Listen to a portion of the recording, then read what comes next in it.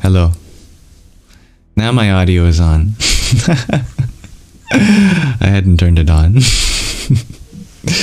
Thank you, dear Benjamin, for blessing our Sangha with a heart me so early on. And dear Giuliano, thank you for your GG, TikTok, ice cream cone, and cloud bread. Hari Om Tat Sat.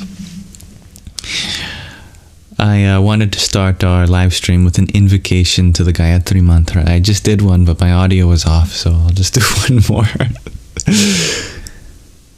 Om Bhur Bhuvaswaha Tatsavitur Varenyam Bhargo Devasya Dhimahi Dhiyo Yunah Prachodayat.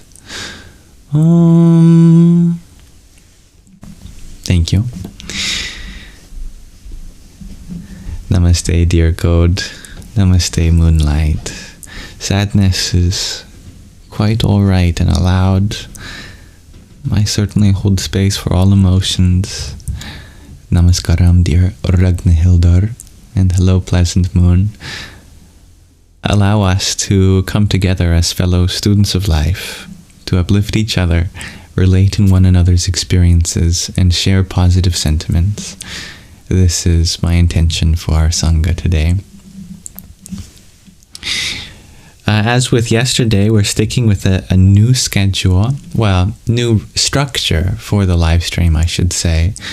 As far as the kinds of things that we go through, that remains the same, but I've just changed the order to fit according to an ancient guideline of 3 levels of understanding.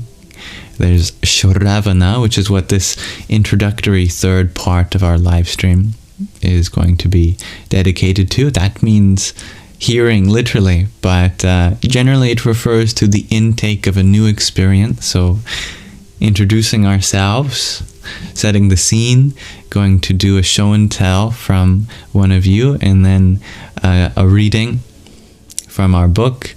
And then the middle third will be Mānana, that is contemplation, a kind of reflection on this new space that we've introduced, and that'll be where questions and answers will be done, and I'll introduce my question of the day. And then we'll conclude with Nididhyāsana, the final third dedicated to practical realization, integrating the whole journey. So I think that structure of our live stream will give us a very holistic kind of environment where we can really begin to advance on the spiritual path. Hope that works for everyone.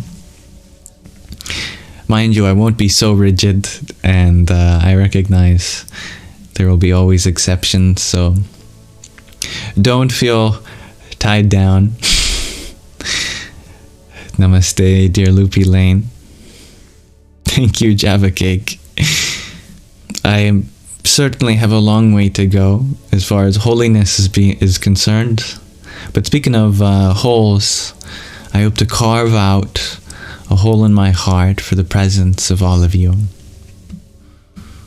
Then I can really be called holy. Namaste, dear Greg RG. Hello, and thank you, Renvox. Welcome, Buddha, in your voice. Namaste, G to infinity. Dear Moonlight, you express a broken heart and feelings of depression. Know that you are absolutely right to feel the way you are in this moment. Know that this too shall pass, and in any way in which I or community members can be there for you, that is an option for you. Thank you, dear Java Cake. For the sake of my ego, I must retain some humility, you know. As long as there is something higher that I can achieve, then I must recognize there is room for improvement. That's right, dear Greg RG. You noticed a Tory gate and a dream catcher. I was struggling for a bit what kind of indigenous symbol to use, since, you know, it's so diverse. You can be indigenous anywhere in the world, but one of the more universal symbols of indigenous spirituality is a dream catcher. Happy you recognize that.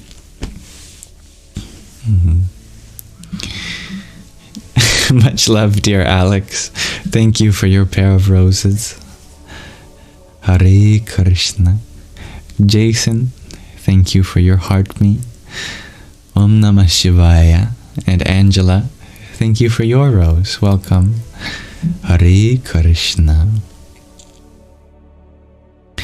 Buddha, in your voice, you ask, do I embrace my inherent femininity and masculinity equally?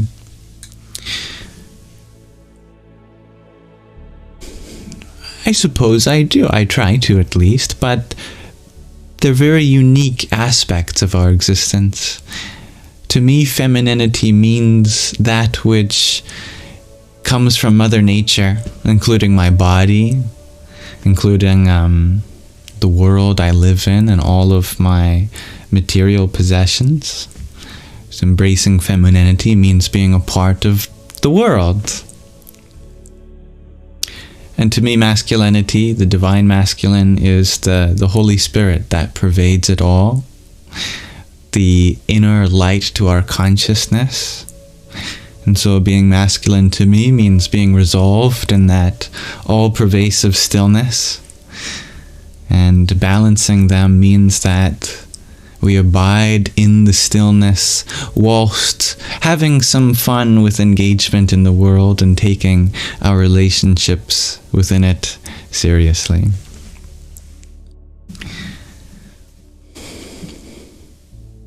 All right, I would love to read from our book with you. Hollywood to the Himalayas. Let us explore another aspect of dear Sadhvi Bhagavati Saraswati's journey as she has now come home from India. Originally, she went with her husband because he was going on a spiritual pilgrimage, but she was the one that ended up having a spiritual awakening and meeting with a guru, and for some reason her husband didn't like that, and so they kind of separated, and eventually her guru said, you gotta go home. You know, what will people think if you just stay in India forever? If you want to be here, that's fine, but at least go home and show everyone that you're okay and alive. So let's continue where we left off. This is the 18th chapter, and it's titled, I've Committed a Felony. Any of you ever commit a felony? I have. I was charged for stealing a golf cart when I was young and naive. Anyway, Jim extended his ticket, which is her husband, and stayed in India to continue his adventures and to explore a new relationship with a woman he'd met traveling. Drama. He asked me to be out of our apartment in Millbrae before he returned in early January. He was furious and hurt. This was not how it was supposed to happen. My heart ached when I thought of him. If only somehow I could make it better for him. If only somehow there could be space for Ganga, the holy river, Rishikesh, the holy city, and Paramarth-Niketan, the holy ashram, and for Jim. I yearned for him to understand that this new unexpected experience was not instead of him. Rather, there was enough room, more than enough room, for ecstatic spiritual experiences and a marriage. But that was not the life he wanted, and it had already become my life. I could not squeeze back into the life I'd previously lived any more than I could squeeze into the size 6X skirts I had worn as a child. Being the target of his anger did not upset me viscerally. There was no place in my psyche to feel triggered. But it saddened me, and I prayed he would heal quickly. I was ready to do whatever was necessary to expedite that, and I agreed to move out. I wanted to be in the United States only until my last exam of the semester. The deal I'd made with Swamiji, so I moved into a furnished apartment near San Francisco Bay on a month-to-month basis. During the moving process, I called Swamiji one evening to kvetch. "It's such a headache to deal with the moving guys and the boxes in the van. I'm so worn out," I said. "How far is your new apartment from your old one?" Swamiji asked. "About a mile," I replied. "That's not such a very big problem," he explained. "It's very close." "Yes, but Swamiji," I explained back, "it's not the distance, but the boxes and the packing and the moving guys and everything. It's been 2 full days now of this headache." "Ah," he said, "so the problem is the stuff. It's your stuff that gives you the headache. If you didn't have the stuff, you would just put on your shoes and walk from one apartment to the next. It wouldn't even take you 20 minutes. I laughed. "Either get rid of your stuff," he instructed, "or realize how blessed you are to have it and stop complaining." Yes, the very stuff I had lived so easily without for the past 3 months. The stuff I left at home every time I went backpacking. The stuff that was never with me during the most important or joyous moments of my life. Every time I felt deep contentment, it happened sans stuff. That means without. Lying at the foot of redwood trees or in pine needles, reaching the summit of a mountain and staring off into the infinite vista, being in love, nearly every moment of my 3 months in India, at none of those times did I have my stuff. Not one of those moments included large suitcases or boxes or moving vans or shelves and closets full of belongings. Yet, there was a fullness, a felt sense of expansion and abundance that I never experienced, sitting in my living room surrounded by possessions. So, why was I attached to stuff? Stuff requires energy to pack, move, and unpack. It has to be sorted and cared for. If these possessions weren't generating joy, why lug them from place to place? The next day I asked the moving guys to place all the boxes in my new living room and hallway not stacked, but next to each other, so I could assess each one. Opening the boxes one by one, I searched for items I really needed or wanted or couldn't bear to part with for any reason. The rest I left in boxes, all of which I took to Goodwill the following day. I chanted prayers of gratitude as I placed boxful after boxful of what had been mine into large bins in the Goodwill Center parking lot. Sarve bhavantu sukhinah, sarve santu niramaya. That's Sanskrit for, may all beings be happy, may all be healthy. May my former possessions bring joy, warmth, and health to one who lacks. Swaha. I chanted loudly, with each thump of clothes into their bins. I offer it to you. Swaha. In Rishikesh, each evening we have a sacred havan, or yajna, the purifying fire ritual. As we place seeds and offerings into the fire, we chant, Swaha. I offer to you my ego, my attachments, my challenges, my obstacles, all that I think, say, and do, all that I am, all that I achieve and acquire. I offer it to you, O God. Swaha. without actually lighting the bins on fire. I had my own personal yajna in the parking lot of the Goodwill store. Next time I had to move, I would just walk for 20 minutes in the sunshine, carrying little more than my photo albums and, of course, my cappuccino maker. Can't part with that. My new apartment was less than a mile from the bay.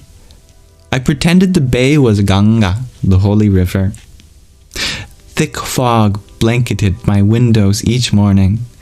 As it burned off by midday, giving way to the bright sun and blue sky, I re-experienced the veil that was pulled off my own eyes, revealing the image of the divine as I stood on the banks of the Ganga, having come only to dip my toes in the water. That moment, just 3 months earlier, had become the axis around which my life now revolved. Pre-Ganga and post-Ganga became the eras of my life's journey. Post-Ganga felt real. It was 3-dimensional. I could see, hear, taste, touch, and smell it. I could feel it not only with the nerves on my skin and the receptors in my spinal cord and brain, but also my breath, in every expansion and contraction of my lungs. I could feel it in my pulse and in the constant beat of the heart. Each pulse was a knock from the inside on the walls of my awareness. Thump, thump, open up, thump, thump, I'm coming through. Thump, open, open, open. As I breathed, the walls of my awareness gave way to the beating of my heart. But pre-Ganga felt 2-dimensional. It existed, and I could remember its flavor and feeling, but I couldn't feel it in my body. It didn't push at the walls of my consciousness. It didn't flow in and out of my breath. Pre-Ganga seemed like a long, elaborate dream, with a full cast of characters and changing sets, its own villain and heroes. Now I had awakened from that dream world, and it was fading into obscurity. It was New Year's Eve, and I'd been living in my new apartment for almost a week. In a few hours, 1996 would become 1997. I had 3 parties to go to.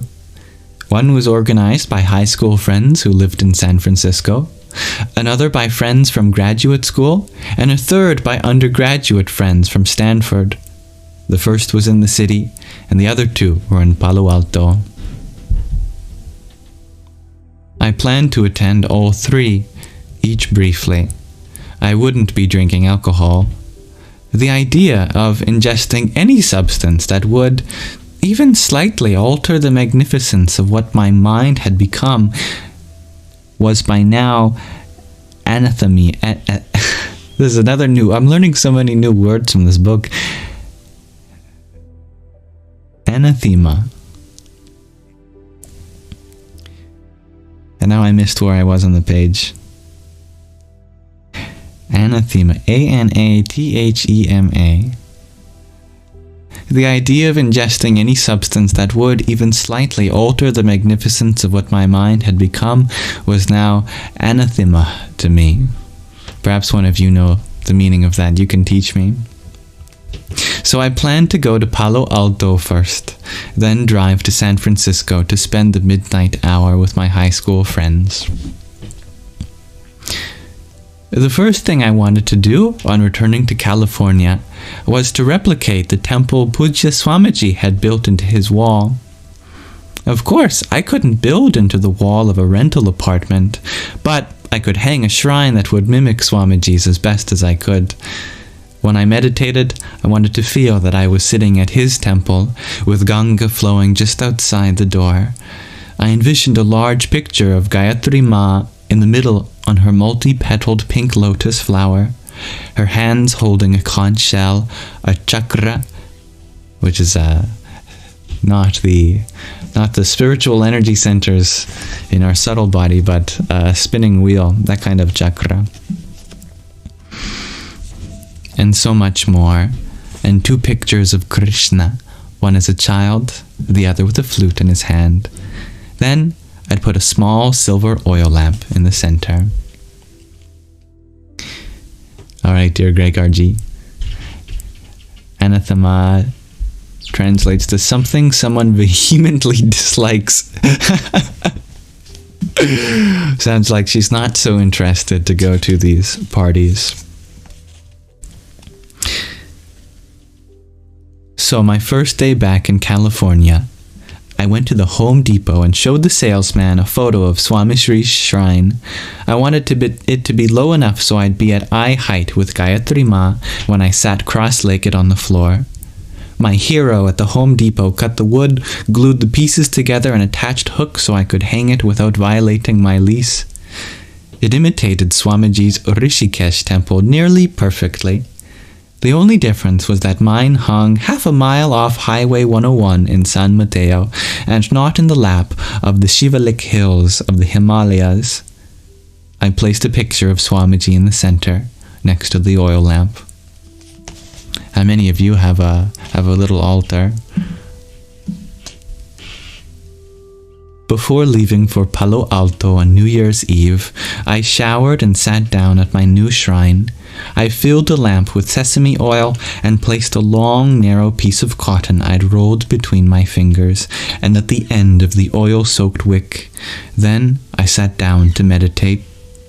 The lamplight flickered on the images, and it seemed Gayatri Ma's eyes blinked slowly as I looked at her.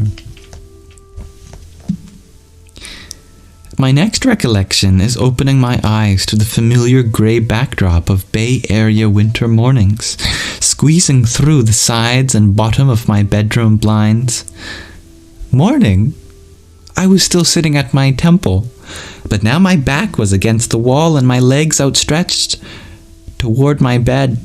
Gayatri Ma, Krishna, and Swamiji watched me from the side. What? Where had the night gone? My bed hadn't been slept in, and I was still in my bathrobe from the shower. I'd sat there all night long. That morning I found messages on my answering machine from friends in 3 places, wondering whether I was coming. Apparently not. I had been in my own temple, having a private New Year's party, dancing without moving to the music that had no beat. I looked down and found 3 pieces of paper. I had written letters to God, each with a title written across the top. The first title read, "Thank you, God, for..." The second one read, "My vows for 1997." And the third read, "Please bless me with..." 3 lists, what I was thankful for, what I pledged, and all the blessings I requested. I began to remember sitting before my temple now, the oil lamp still flickering while I loved God through the pen in my hand. Thank you, God. Thank you. Thank you for all these incredible blessings you've bestowed on me in this last year. Thank you. Thank you, God, for India, for carrying me against my will to the world of wakefulness. Thank you for the experience on Ganga, for showing yourself to me. Thank you for gluing my feet to the ground. Thank you, God, for Pratap, which was her friend she met at the temple. Of course, thank you for Swamiji, the glue who had brought and held all other pieces of my experience together. Thank you for my husband Jim, for his yearning for a guru, without which I would never had considered going to India. Thank you for my parents, who, even though they don't understand, love and support me so completely. The list grew and grew. Now, as I've been so blessed, as you've bestowed on me clearly, through no merit of my own, such grace now, here is what I will do for you. Here is what I promise. I vow, God, not to forget you, not to forget what you've given me, what you've shown me. I vow to keep my eyes and my heart open without fear, to be a vessel for your will to flow. I vow to continue loving Jim, even if not as a wife, from this ever-expanding source of love within me, and to treat him only with kindness and tenderness. I vow, God, to use my life, as Swamiji asked of me, in service of you in whatever ways you think best. Last, I know, God, I've been blessed beyond what I could ever have imagined. I know I don't deserve this, but, oh God, should you see fit to keep blessing me, and for those blessings to expand, here is what I would like in the coming year. It was my spiritual Christmas list. Please bring peace to Jim. Help him heal and understand. Please bring me back to India as soon as possible. Let me again be free on the banks of your waters. Let me not be bound by an identity that no longer fits, one everyone here tries to stuff me into. Let me again live each day bathing in the rays of the sun as they rise over the Himalayas, bouncing off the, oh yes, this is the word we learned last time, the bougainvillea, which I have still yet to learn how to pronounce, which is a type of plant or flowers I learned from you in Swamiji's garden, coming through his windows onto his face, and then into my eyes and heart. Let me again walk as the sun sets into the waters of the Mother, pulling tears from my eyes as I watch the rays dance on your waters. Please help me be a clearer, purer vessel. The lists were long, each covering a full sheet of paper. The thank you list ran halfway down the back of the page as well. What to do with them? In India, I became convinced of the power of ritual, not for ritual's sake, not just hand gestures or words or phrases or actions, but the power of deeply present, deeply connected sacred rite and sacred ceremony. From my giving, my pain to Ganga, to the impact of each evening's arati, the lamp ritual, apparent on the faces of all who attended, to the ecstasy of walking 13 miles barefoot around a mountain that Lord Krishna had held up with his pinky. Everything in India was a ritual, and it made every day ripe with possibility. Swamiji always said that wherever we invoke Ganga, Ganga will be there. He taught me the prayer that Indians say each morning while bathing. Gange cha yamune chaiva Godavari saraswati Narmade sindhu kaveri Jalesmin sanidhim kuru Om Shanti. That means, O sacred waters of the Ganga, the Yamuna, Godavari, Saraswati, Narmada, Sindhu, and Kaveri. I invoke you all in this water in which I bathe. Bless me with your presence in this water. Hindus may be bathing from a Mumbai municipal water tank or from a hand pump in a village in Kerala, but the heartfelt invocation of the sacred waters renders ordinary molecules of H2O holy. Pray to Ganga when you stand in San Francisco Bay, Swamiji told me. She will be there. Suddenly I realized I needed to offer the letters to Ganga, to whom everything is offered. Our pain, our sorrow, our ignorance, our sins, anything we want her to take care of. Every few weeks in Rishikesh, I received scathing faxes from Jim, my then husband, belittling and berating me for still being in the ashram. What should I do? I asked Swamiji. Offer it to Ganga, he always said, and pray for Jim. So I developed a ritual of burning the letters in a clay pot, then pouring the ash into Ganga. Now, 2.5 decades later, I would never dare. Now we don't even offer flowers to Ganga after the arti, an otherwise non-negotiable, biodegradable must in traditional worship ceremonies. Keeping Ganga clean has become a single-pointed mission for Swamiji and so many other holy people. In 1996, in Rishikesh, the water still ran clear and clean. Natural, biodegradable items like flowers were offered nightly. Watching the words on the page curl inward with the fire and then disappear into ash, then offering that ash into Ganga, brought me to a stillness unperturbed by the wrath with which the words had been written. I watched the ashes float on the surface of Ganga, and then I rinsed the clay pot clean to ensure that every speck of Jim's letters were truly given to Ganga.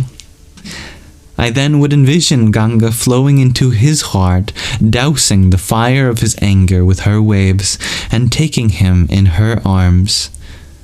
Whatever came into our lives, an unbearable emotion, anxiety over a loved one's future, anger at a past hurt, disappointing news, Pujya Swamiji always reminded us to give it to Ganga.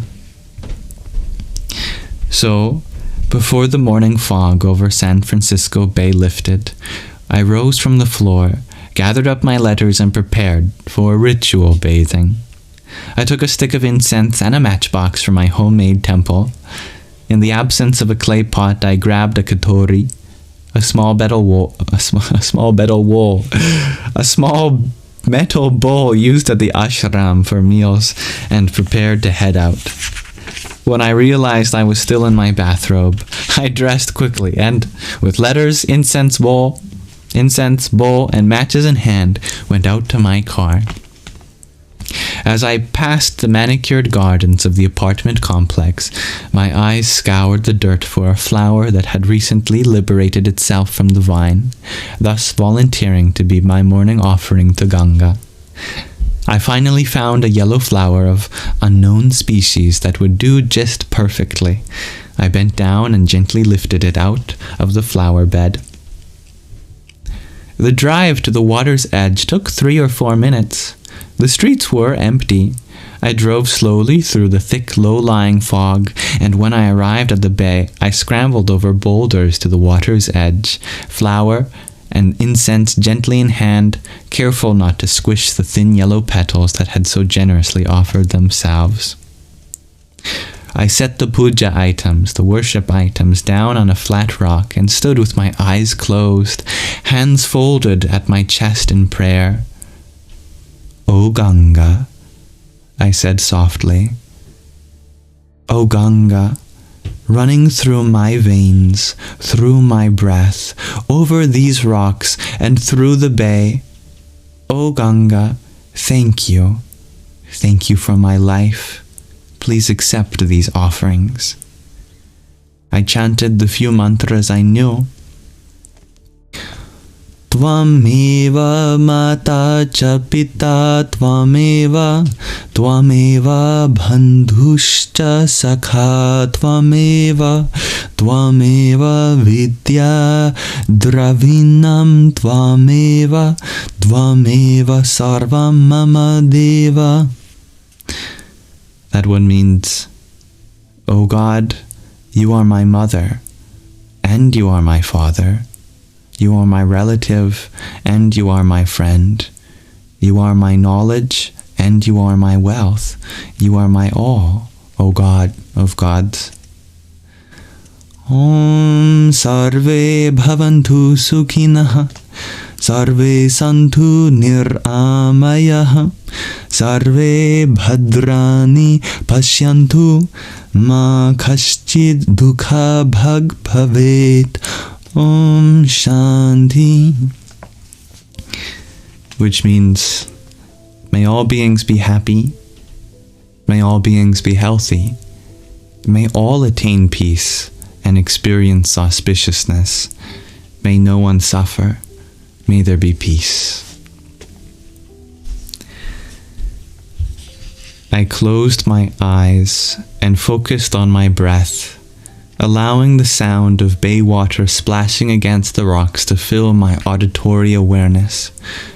I felt myself back in Rishikesh, standing on the edge of Ganga, the waves breaking on the marble steps of Paramarth. I opened my eyes and sat down on the rocks, putting the letters in my lap. Then I placed the metal katori on the rock and lit a match. The wind blew it out immediately.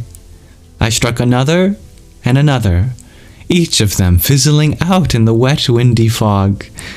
Finally, using the katori as a windbreak, I coaxed the match into providing a strong flame onto which I could place the corner of the first letter.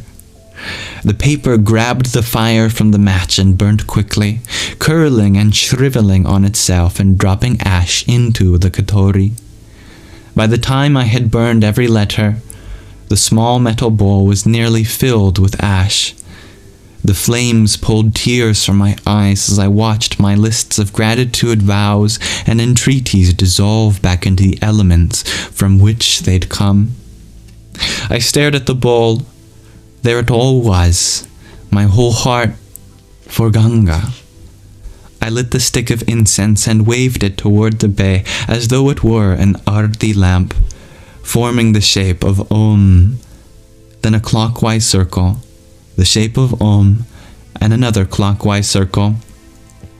The fragrant incense ash dropped into the cold water. After about 10 minutes, when the stick had burned down, I cupped the yellow flower in both my hands, squatted to scoop up some water, and prepared to offer the flower, now immersed in 2 handfuls of water, to Ganga. Pujya Swamiji had shown me the letters his mother had written him when he was very young, after he left home and was doing his sadhana, his intense spiritual practice in the woods. In one of the first letters to her son, called by God into the mountain forest and the jungles of the human mind, she wrote, "As I prepared for my puja, my worship this morning, I wondered which flower to offer to God. I wandered in the garden looking for the most beautiful, most perfect flower I could find. Then I realized that the most perfect and beautiful flower was not to be found in the garden. It was the flower of my womb. You are the flower I offer to God, the flower of my womb."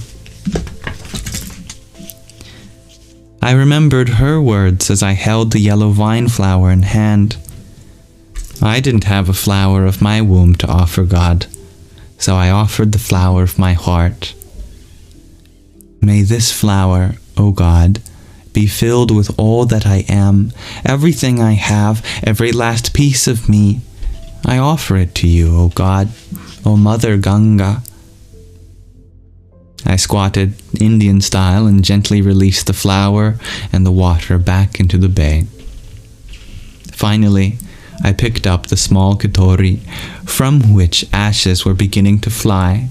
I cupped my palm over it, submerged the bowl in the water, and washed as the water carried each speck of ash out to sea. When it all had been washed out, I stood and continued watching it flow on its way to the Pacific Ocean. My eyes closed themselves, and I sat back down on the rock and began to meditate. The wind that blew against my face felt like the wind rushing off the surface of the Ganga, blowing down from the Himalayas. The drops of dew and mist on my skin seemed to be those of the night sky over Rishikesh. As the sun slowly burned through the morning fog, unveiling the new year on the California coast, I felt I was sitting on the marble steps at Paramarth. As my consciousness slowly returned to the rough surface of the rock beneath my sweatpants, and I heard the sounds of early morning traffic on Highway 101 in the distance, I remembered that I was in Foster City, California, not Rishikesh or India. I rose into the sun, now almost fully visible through the fog, joined my palms together and said, "Thank you." Climbing back over the boulders to return to my car, I noticed a sign on a notice board stuck to the dirt, just at the edge of the rocks. Fine for littering in the bay, $1,000 in prosecution. I laughed into the mist at the absurdity of my life.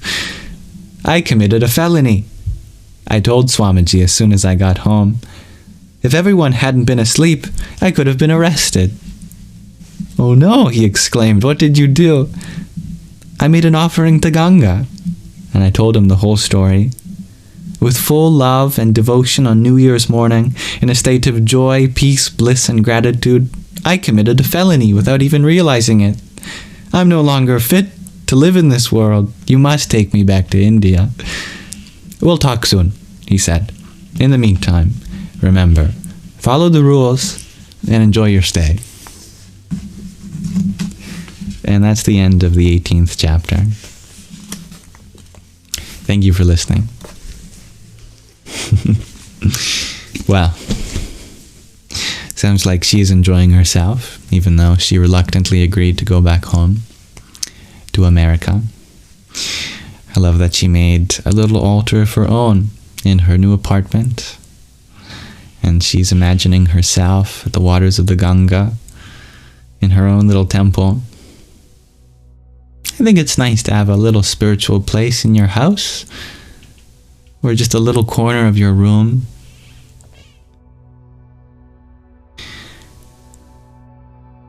I also like that she donated her much of her belongings to Goodwill, recognizing that all this stuff wasn't there when she's had her most joyful moments.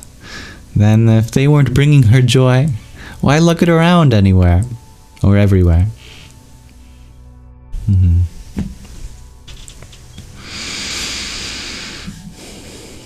We'll continue reading next time.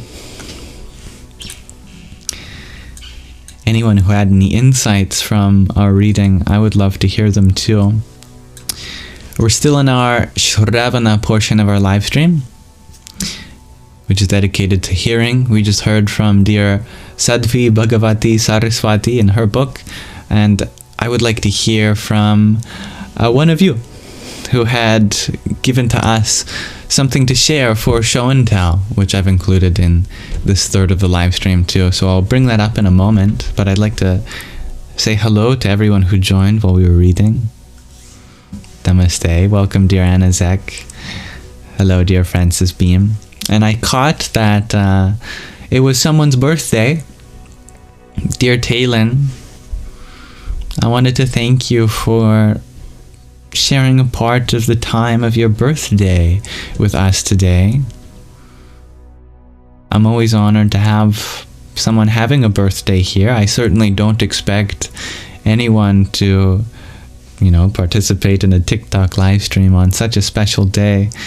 But the fact that you did, I hope to offer this live stream to you, dear Talon. May you have many blessings, many wishes. Congratulations on completing another trap around our star. You are now wiser, more experienced, and much love. Thank you for always being a wonderful addition to this space and all that you do, all that you are. Happy birthday, dear Talon.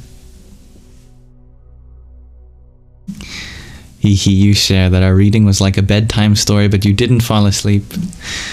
Well, yeah, you're supposed to wake up.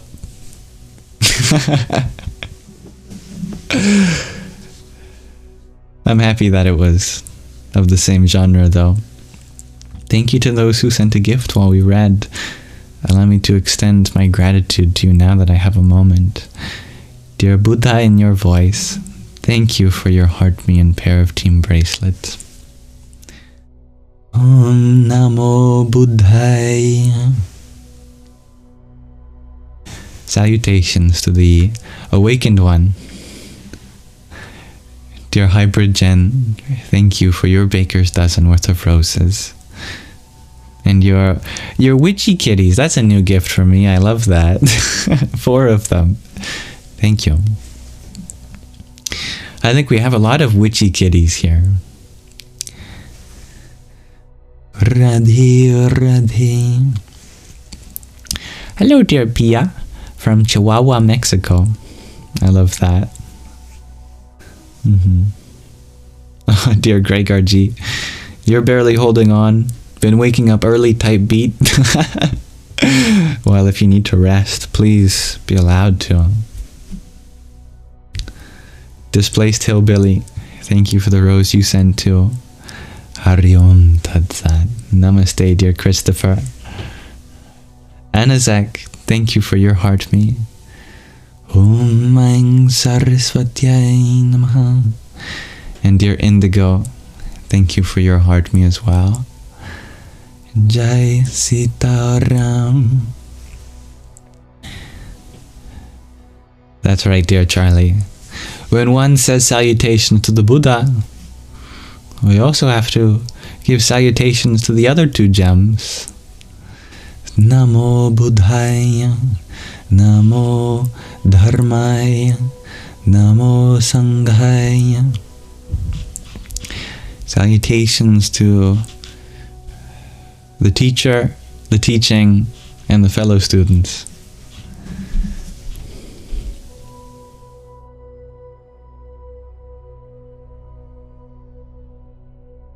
Gratitude is a great lesson to take from our reading, dear Francis Bean. I'm happy to hear that. Alright, as I mentioned, I have a little show and tell for you all. Let me set that up. Today our show and tell is from The Only S, who had previously sent us some songs to listen to. Today they're sending us a video to watch that they made, which is a realization that they had. It is 17 minutes long, which is probably a little longer than I would like for most show and tells, but to be fair, I never specified a time limit before, so I will be happy to watch this with in its entirety with you all this time. Just in the future, I would prefer probably 15 minutes or less for segments. Always happy to make exceptions though, and today is one of those. So I look forward to showing you the mirror principle with The Only S on their YouTube channel called Wisdom for Your Journey. Just want to double check if The Only S had written something in description. Yes, they said this is something that they realized early on in their journey, and thanks to the mirror principle, they are able to live such a splendid life.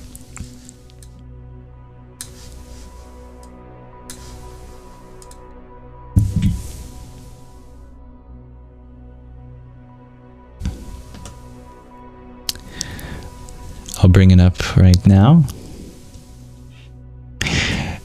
And before I forget, allow me to also turn down the background music so we can be absolutely sure to make out The Only S's voice.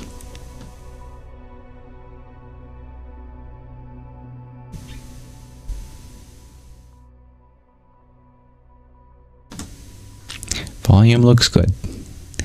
Here we are. If you don't change you, reality will never change for you. I don't know if you ever experienced this before, but especially in my own relationships, whether it be my friend, girlfriend, family member, etc. Of course, I have witnessed this with others as well, but I will have some sort of problem with someone about some habit I notice, or just some sort of thing they do or say, and I bring it up to them and they say something like, oh, but it's okay if you do or say that, or but don't you do or say that same thing. And I then reflect back and accept that I definitely have done or said the same thing that I am talking to them about. Let me know in the comments, by the way, if this is true for you as well, so more people can understand that they are not alone on this journey. But you might as well say like, well, yeah, that's hypocrisy though. And on some level, yeah, that might be true. Like, that sort of situation, there are some hypocritical aspects to it. But what if I said it's more than that? Like, think about it. Isn't it weird that those situations occur? Isn't it weird that certain events may happen that you actually thought would happen, and so you were proven to be right? Or a person may have a kind of life that is almost identical to yours, that is almost scary.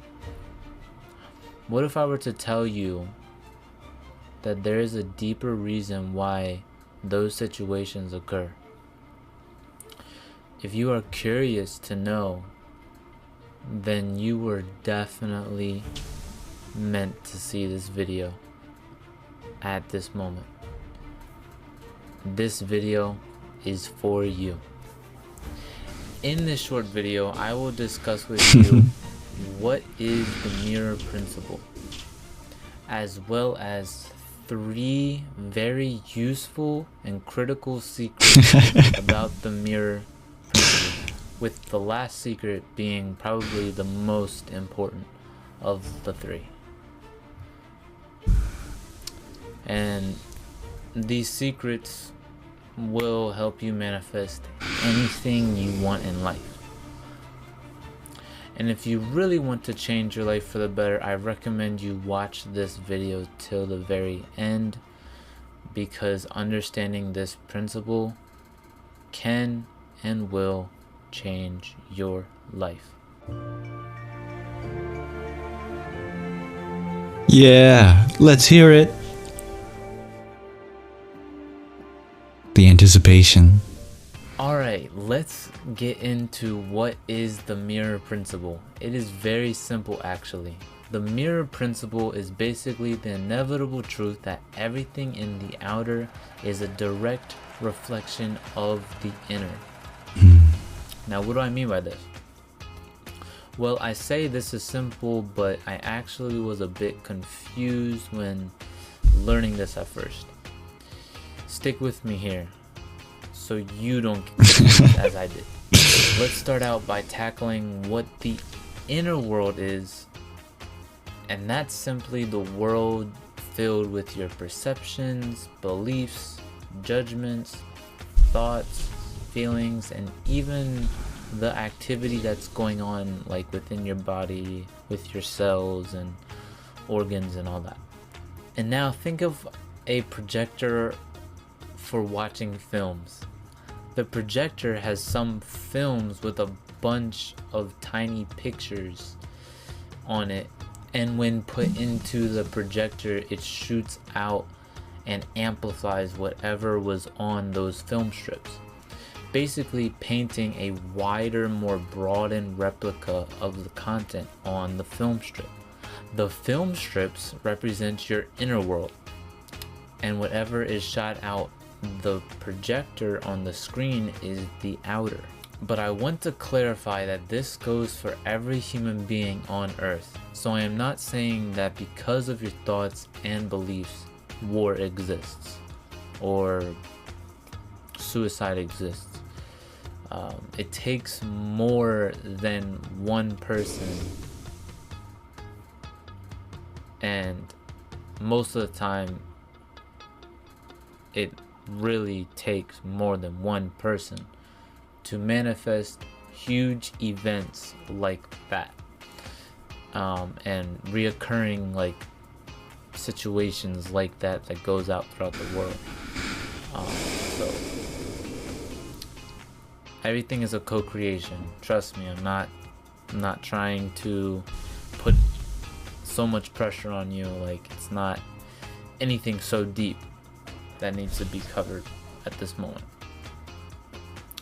As of right now, the outer world is referring to your environment and your direct experiences. By the way, if you got any ahas or understand any of this so far, type in the comments below so that this information gets logged deeper into your memory. Oh yeah, we're gonna do that. And we gotta. You know, you're able to then have this knowledge more grasped. So yeah, we'll have a group comment. Terms, that is the mirror principle. I hope that was simple enough. Now let's dive deeper into this and uncover the juicy secrets about the mirror principle. Secret 1, belief system. Yes, every single belief that runs through your subconscious is the reason for why you have the life you do for the most part. You have a belief that it's hard to make money and you're always broke. Well, then that will be the case. That will be in your reality. Now, these beliefs and thought patterns can definitely be changed. No matter what it is, your environment, your surroundings, the physical world is moldable. How do you change these beliefs? Well, first, I would suggest to get some sort of journal, notepad, or piece of paper and write down what beliefs you currently have that are relating to your relationships, finances, career, and your health. Then write your negative affirmations associated with those negative limiting beliefs. And really accept that this is the way it is right now. Accept that your circumstances in life are the way they are right now because of the beliefs that you have right now. And just sit with that for just a little bit. Because, like, addressing this part and accepting this part will make changing your beliefs a whole lot easier and manifesting a whole lot easier. Acceptance is key. I will cover more about this a little bit later on in the video, so stay tuned. After you do that, figure out what do you want? What do you want to create?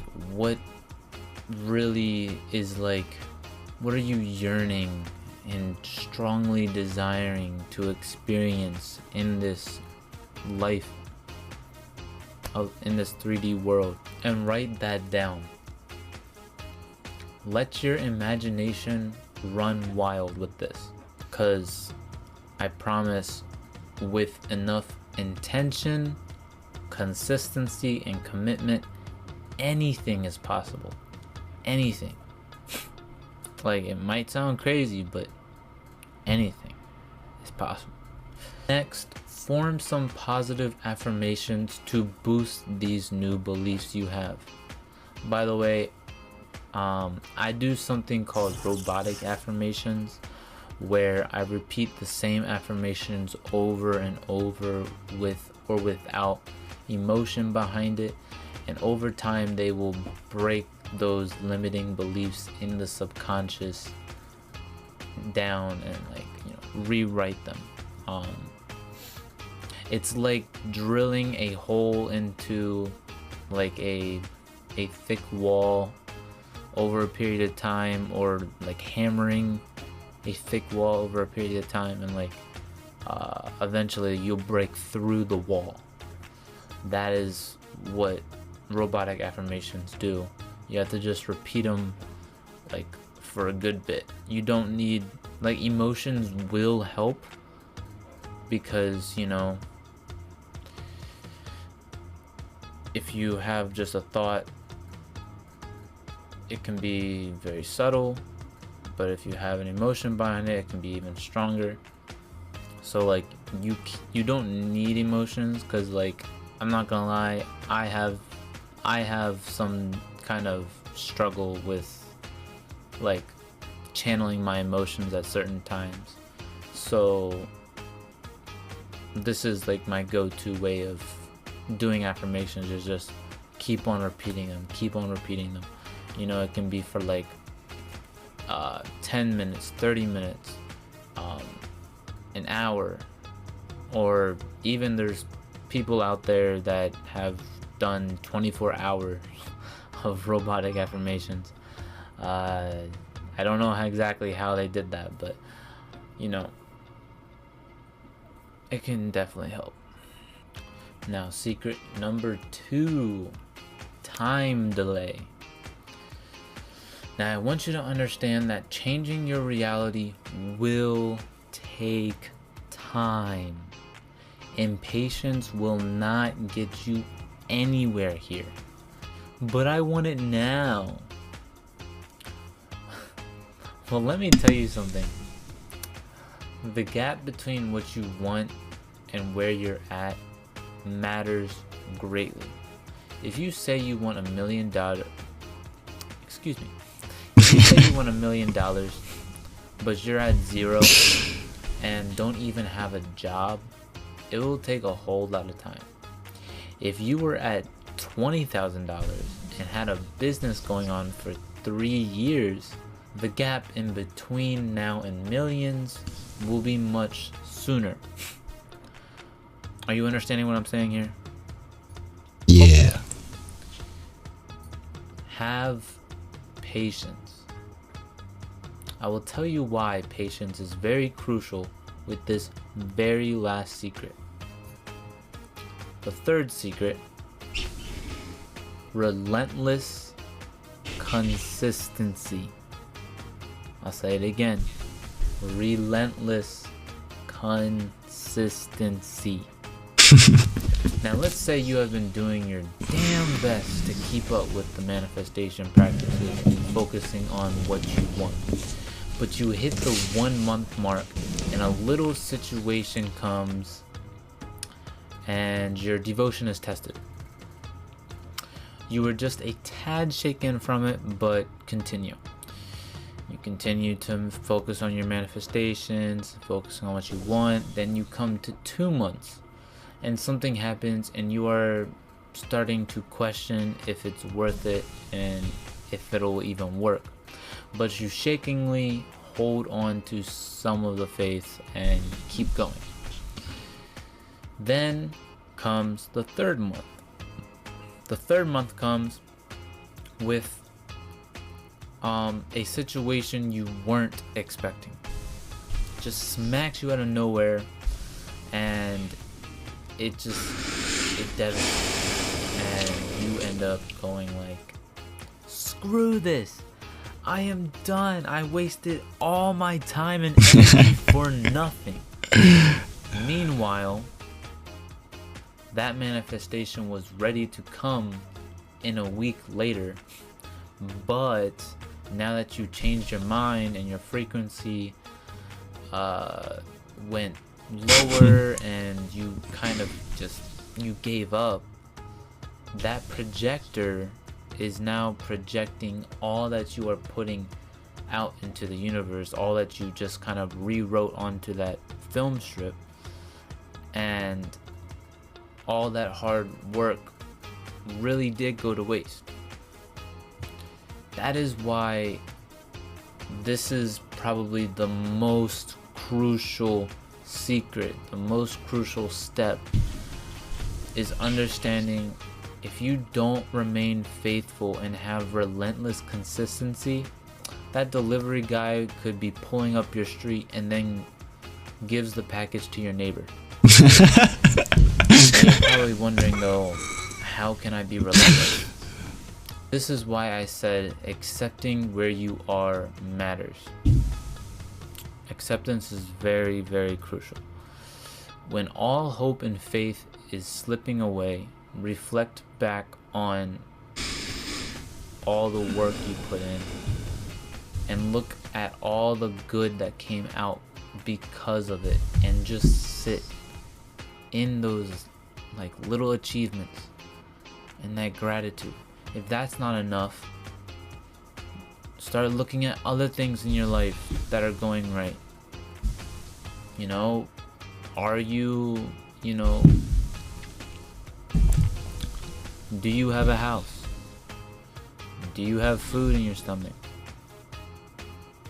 Do you have loving, supportive family and friends? Start naming off and like going to things in your life that you can find gratitude for. And I promise you, if you do that, that package will be at your door lickety-split. Lickety-split. So, if you resonated to any of this or got anything out of it whatsoever, please hit that like button and comment below we got any aha moments and takeaways from this video, so it can be relogged into your memory and have that information with you on this journey. And remember to hit that subscribe button and the notification bell so I can bless you with more weekly videos onto your feed to make this year your best year yet. But for now, guys, I'm signing out. Peace out, Girl Scout. Peace out, Girl Scout. I like that. Well, we got to do what he says. Got to click the like button. Where's the subscribe button? It's on the left. And we got to hit the bell. We got to... Let's leave a wholesome comment. I'm very grateful.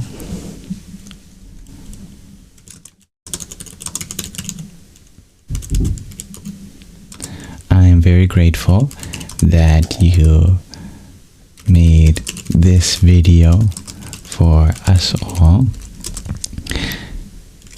We in our Sangha today watch this video by your suggestion and happily received many divine insights. What else should we write, guys?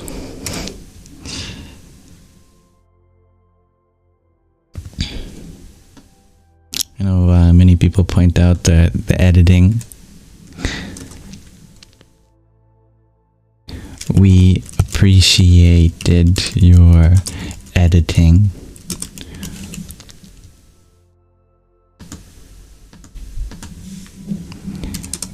With stock footage and images which helped guide the intuition. Angela says, great editing and advice. Your advice was clear and complementary to each individual's experience.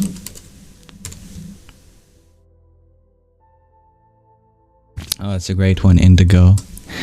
You dissected the mirror principle very well and made it digestible for all kinds of people.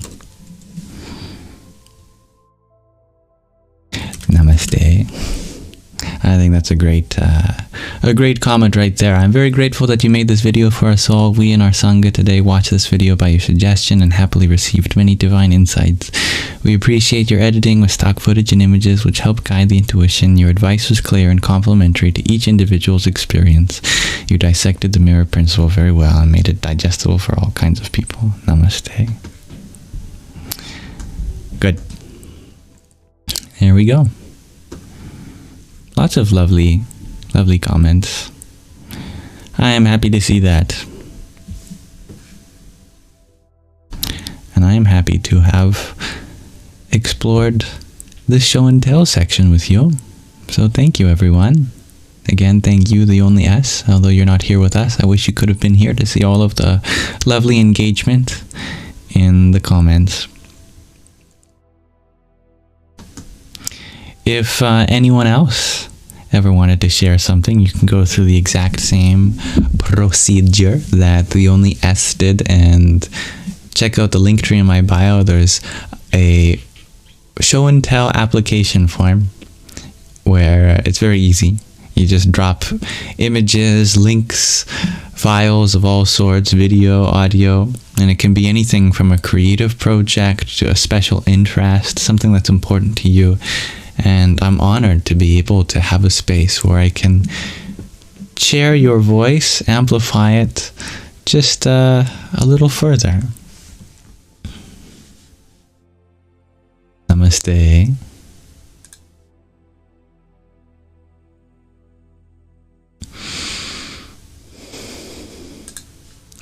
Thank you everyone for taking part in our Shravana section of our live stream. We can now transition to our Mānana.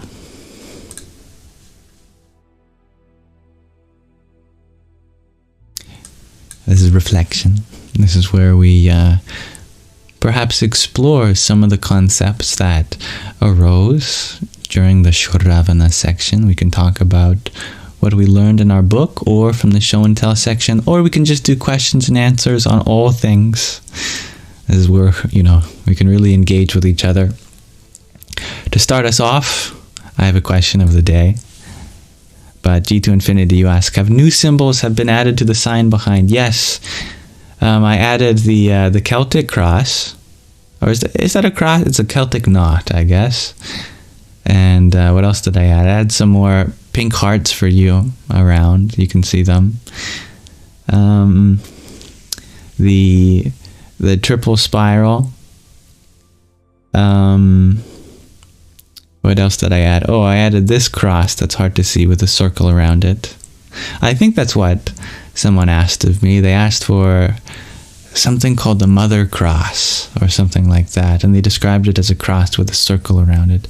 I couldn't find something called the Mother Cross, but I think that counts as a cross with a circle around it.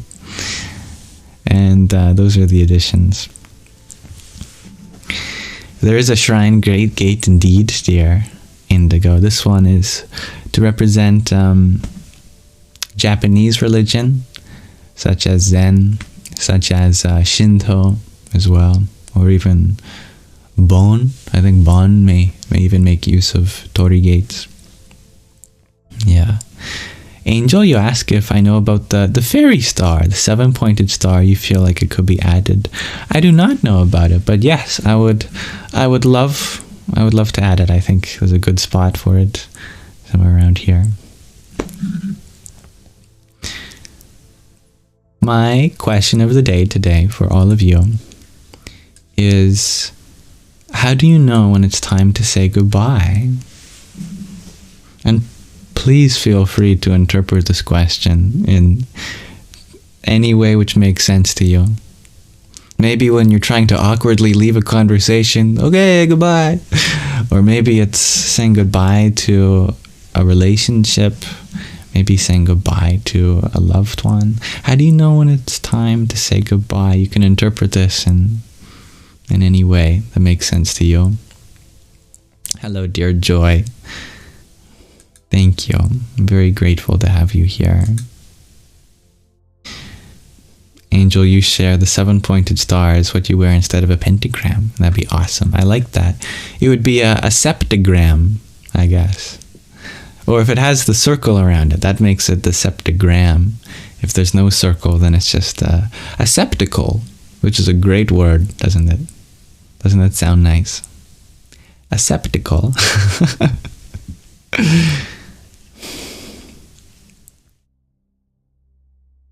Dear Judah girl, you share that you like to say, see you later, as goodbye is so final. I like that. Yeah. See you later. You know that there is no finality in its ultimate sense. There's always something that comes back, something that continues. There is a circle, dear Angel. A septagram, then. Ryan, you share to leave on a high note. Leave them wanting more. I like that.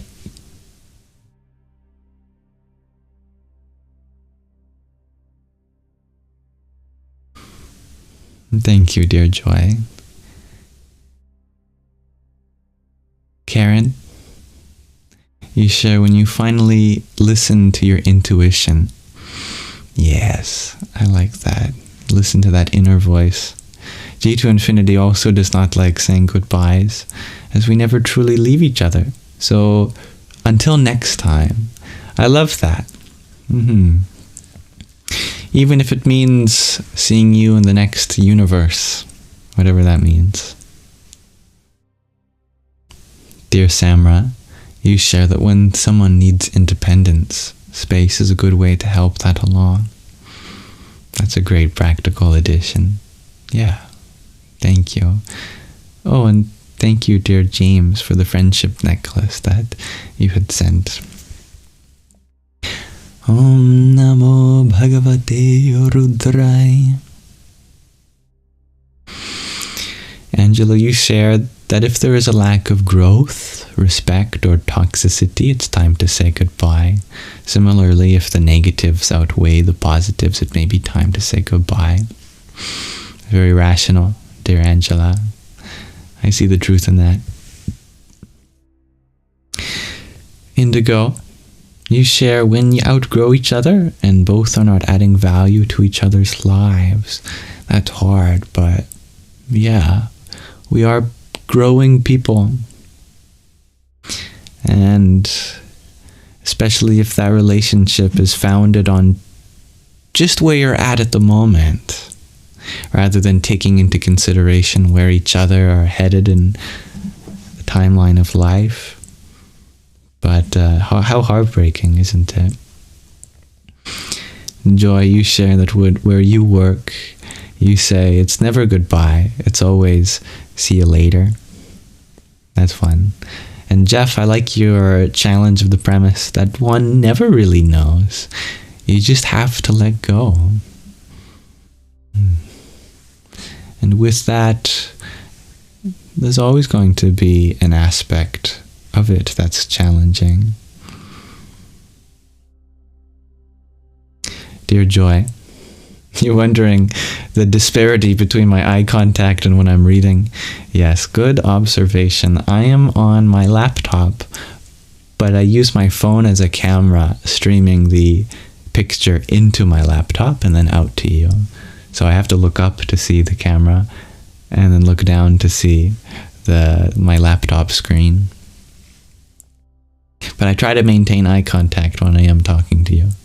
It's just a little hard to read in my peripheral vision. Angel, you share the only people you felt the need to say goodbye to, you don't want to have had to say goodbye to. Ah. Yes. Very deep. And thank you, dear Laurel. Much love. Or is this, I can't tell if you're just saying that or this is an answer to the question of the day. I'll read it anyway, because it answers the question. You can say instead, thank you for sharing your moments with me. I am grateful our time is done in this chapter. Yeah, that part is definitely an answer to the question. Thank you. Sometimes I forget whether a comment is in reference to a question of the day. Whenever I've asked questions about affirmations and people share such lovely things in the chat, for a moment I'm thinking, wow, people are so kind to me right now. And then I go, oh, that's right. I asked a question about kindness or something like that. But you all are generally pretty kind anyway. Indigo, you share that a best friend of yours passed away years ago after grieving in acceptance. You guess it's time. That sounds very hard. I imagine these years for you have been full of many lessons and blessings. Sometimes it's hard to figure out which is which. Hi, Bridgen. You share it's time to say goodbye when you see something else is starting. I like that. Rather than observing an end, what about what is beginning in place? Oh, thank you, G2 Infinity. That's right, I forgot to turn the background music back up. Huzzah!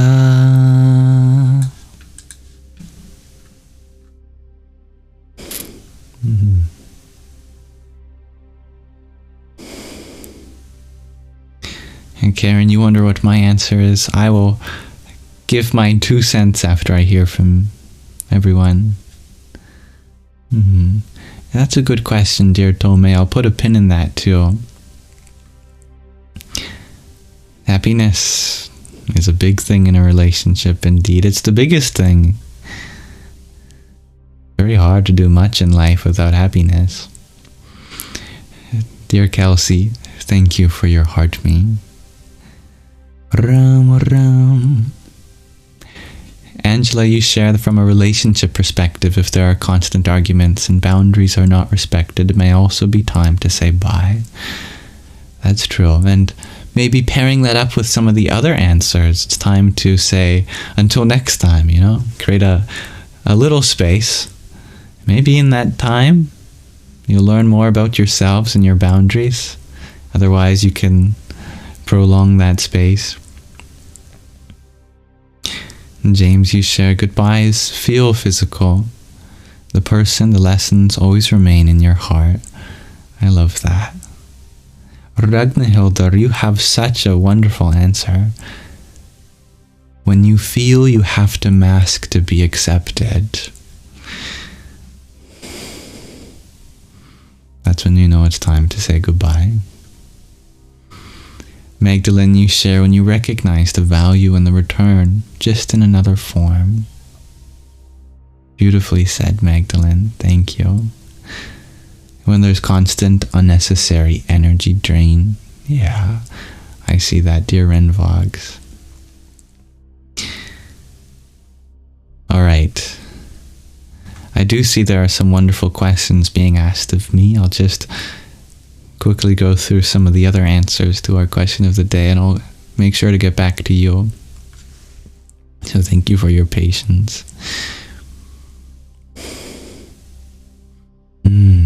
Max, you share, you know it's time to say goodbye when God doesn't stop the bullet or attacks with truth.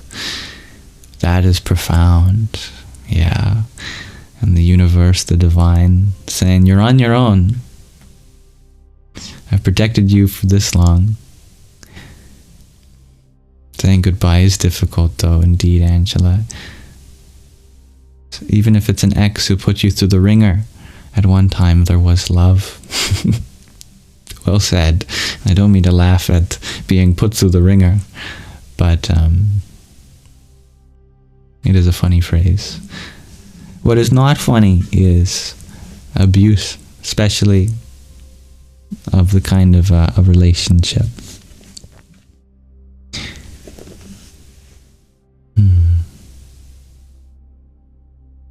Goodbyes are very difficult. Possibly, Sarah, you possibly answer that we often intuitively know when to say goodbye, but can't commit to the end and beginning of something new. Oh, you are very right with that.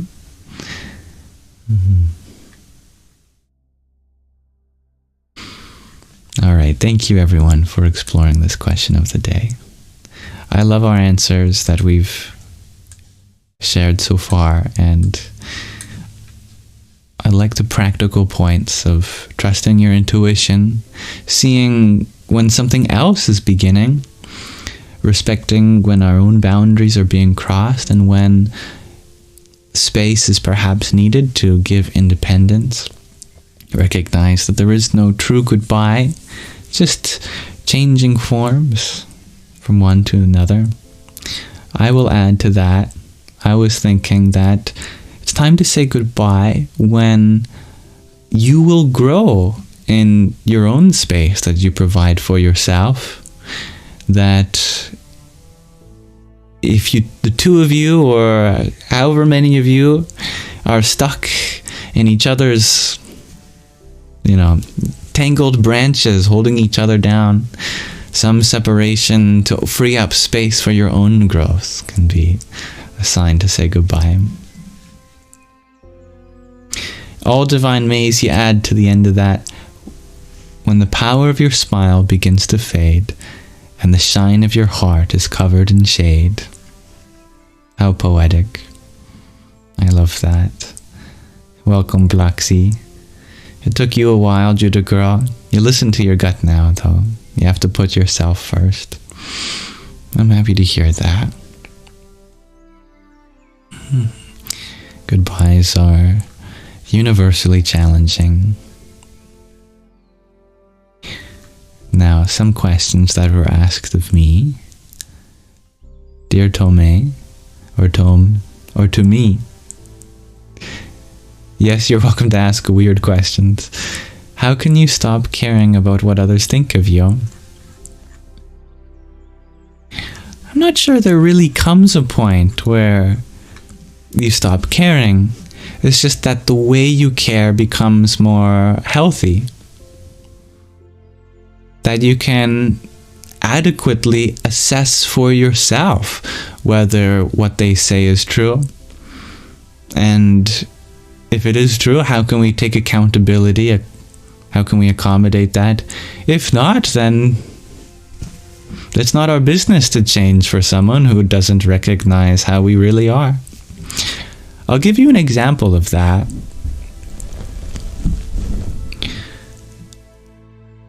Sometimes, often in a context such as this, discussing spiritual things, someone will use terminology that implies that I've either lost my mind or that I'm crazy. And I hear that, and I listen to it, and emotions arise. Then I ask myself, am I still able to be kind in this moment? Am I able to recognize the consequences of my actions? Am I causing any pain to someone? And can I provide love instead? As long as I'm aware of that, then I affirm to myself, it doesn't matter if someone thinks I'm crazy. Because what really matters is what I said. If I have the capacity to be aware of the ability for kindness and the potential harm otherwise, if we can recognize this, then it doesn't really matter what other people think. No?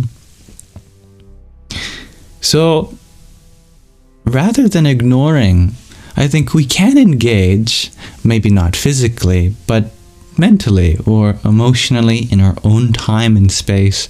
We consider the value of their words and through our own values and principles address them. And if we come to the conclusion that we're doing as good as we can, you can feel affirmed in that. If you come to the realization that they have pointed out that something can change, then we can be grateful for that. We can leave them be on their own journey because that point might not have been delivered in the kindest way. We wish them well.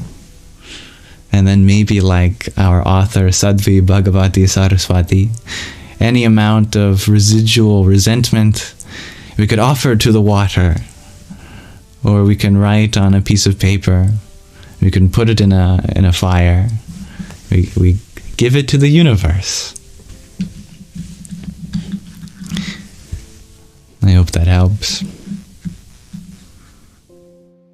I'm so grateful that many others in our community have sent much love to you too. I'm always happy to see that.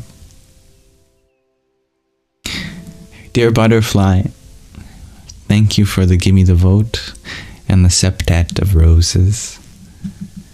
Radhe, oh Radhe.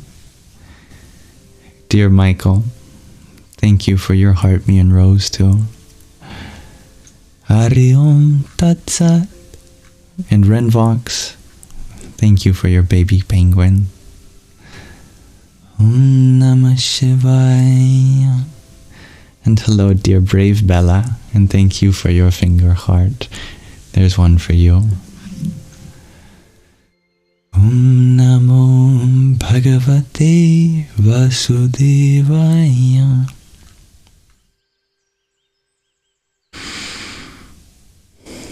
To me, you had also asked how you can leave your comfort zone and stop giving power to what others think about you. I think we've answered a little bit of that, but the comfort zone, you have to allow yourself a little discomfort.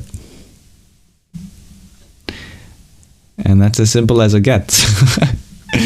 If you want to leave your comfort zone, then you have to accept that it's going to be uncomfortable, which practically means that in that moment when the alarms are going off in your body and mind, and a vulnerable part of you is saying, I shouldn't be here, I'm in danger, that with our intellect, our buddhi, as it's called in Sanskrit, we assess, am I truly in danger, or do I just believe this because of maybe a trauma that I've had? Can I recognize that this comfort is something that used to limit me, and I'm doing a good thing by putting myself in an uncomfortable place? Can I find a kind of comfort in my breath right now?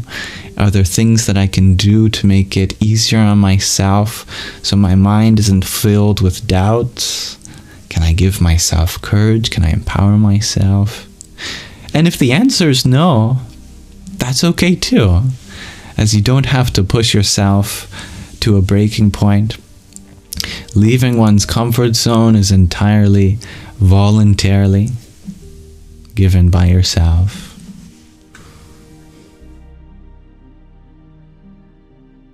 Thank you, dear Hybrid Jen, for the horror candles that you sent. Ooh. Radhe, Radhe. And dear Angel, thank you for your heartmeet, theme bracelet, and tiny. Yippee! Joy had asked if I follow any specific religion. No. Or is it broad as in spirituality? Just take a look at all the religious symbols behind me. I think that should answer your question.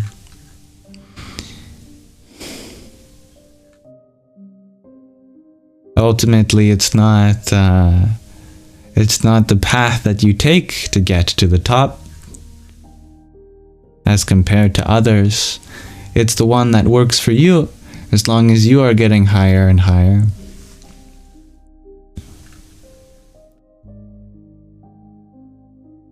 Joy, you had also asked what my relationship was with my parents. You know, it's funny you ask that now, because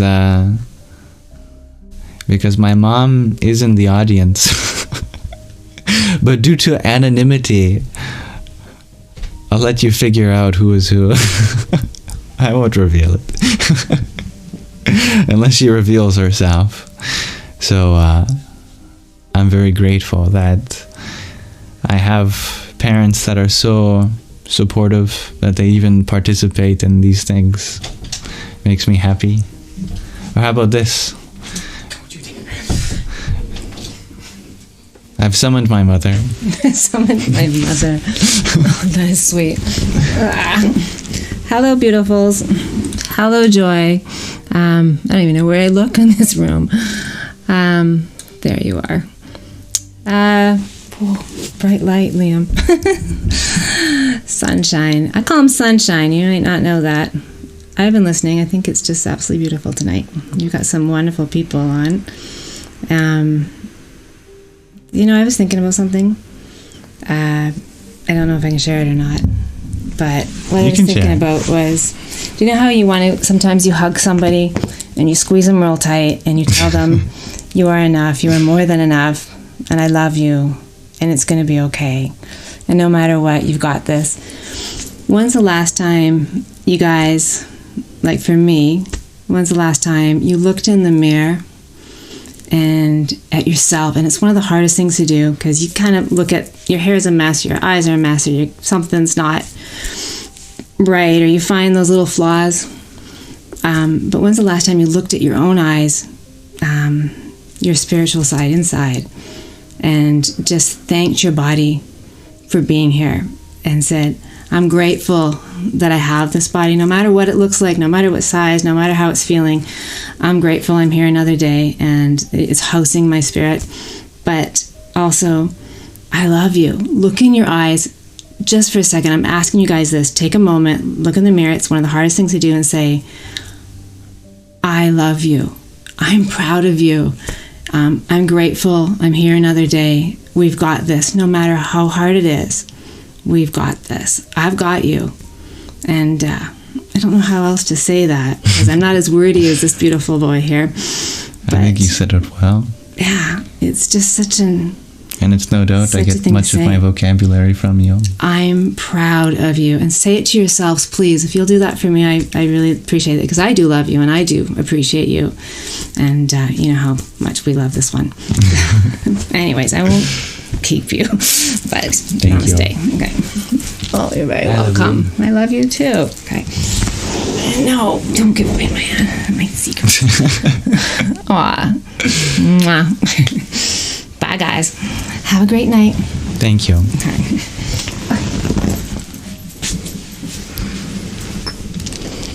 Bye. Bye.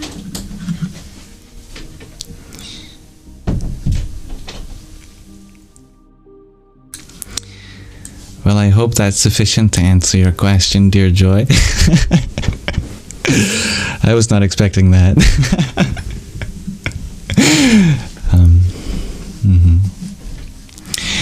Yes, thank you to my dear mom for me, and for sharing such wonderful words with all of you. You can see where I get a lot of it from, that's for sure.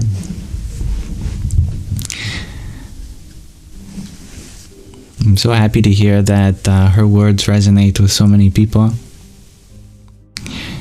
My mother has always been one who has felt like she is a mother to everyone in my life. That is something I'm very grateful for. Almost all my friends in my childhood, they still refer to my mom as their mom also. So I hope you can also consider yourself as having a loving mom such as mine.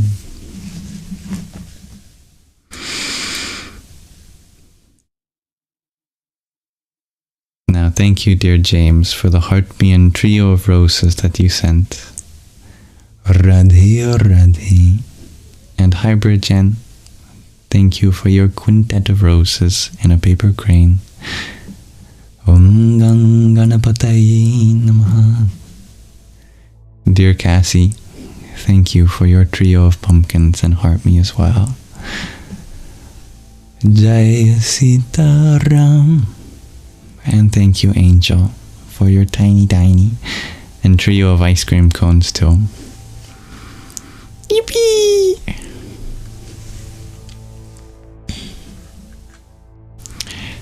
On the subject of my mother, Joy had also asked, am I the way I am because of my mom? Well, I would be very different if I didn't have her as my mom, that's for sure. I mean, I'm not sure where I'd get a body from. I'd have to go somewhere else.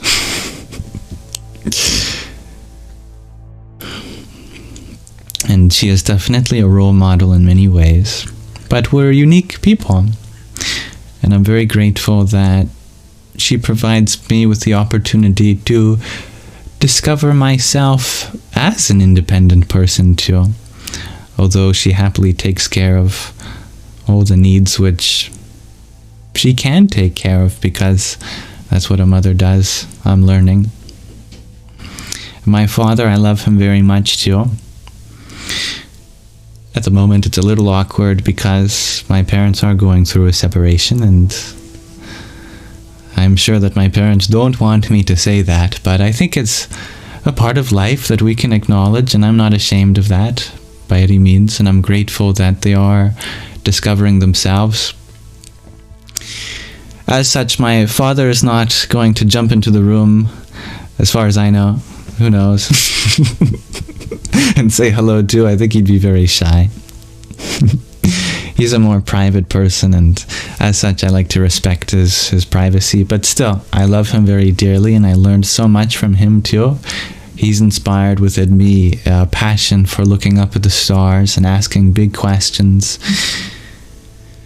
He was one of the few people in my life that, listened to some of the biggest questions I could ask and try to give his answers to. There's definitely a philosopher in him.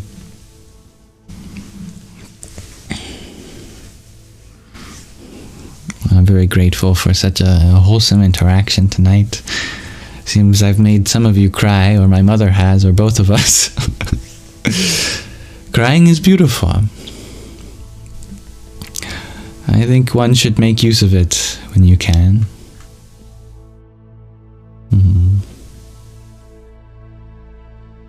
Thank you, dear Leona. Thank you, dear Joy. You also asked about my ethnicity. I think I'm pretty European ancestrally. You'd never have guessed,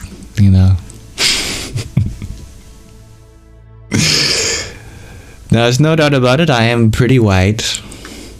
Irish, mostly, I think. Irish, a little Scottish, German, and Norwegian, I think is the most of it. But as far as relatives go that I've met, they've all been Irish. But I am a second or third generation Canadian, so if you consider that part of that, then I'm pretty Canadian.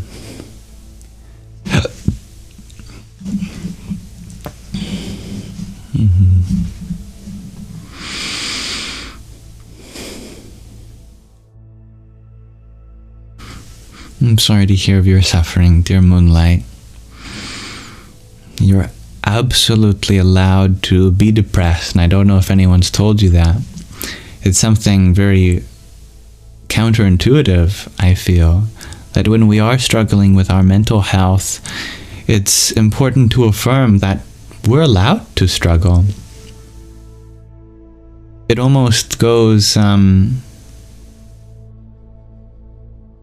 without saying, but yet it needs to be said, because it can feel like you're supposed to be some other way in that moment. And of course, in happier moments, you know what's possible for your state of being. But that's not to say that you're not allowed to be how you are in that moment. Therefore, I say that one of the biggest steps you can provide for yourself on the path of befriending your mind is to allow it to be as it is. Allowance doesn't mean making it stay there. Allowing doesn't mean that you're always going to feel like that. Actually, it's just the reverse. Allowing means that you know this too shall pass, and therefore you can give yourself some leeway to experience it.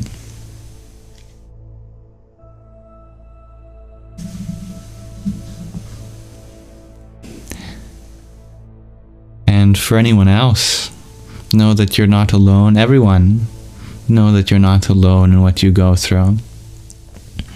Circumstantially, it can feel lonesome, especially if in your immediate life there are not those around you that can understand you.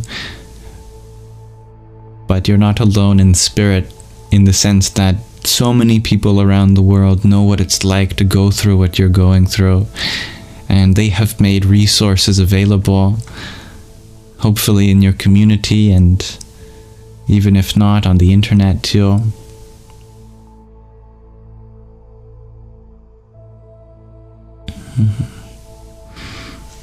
Losing a family member is one of the most challenging things I think someone can experience in life. This time of grief is entirely normal, natural, and my mother was saying a few months ago that it's not that grief gets easier, or it's not that the pain goes away, but that pain becomes something that doesn't provide you discomfort, that you allow that feeling of loss to exist maybe as a reminder of the love you once had, as a sign to keep on living for the purpose of carrying that love in your heart. We learn to adapt to that loss, and it might seem impossible at first, but almost everyone does it.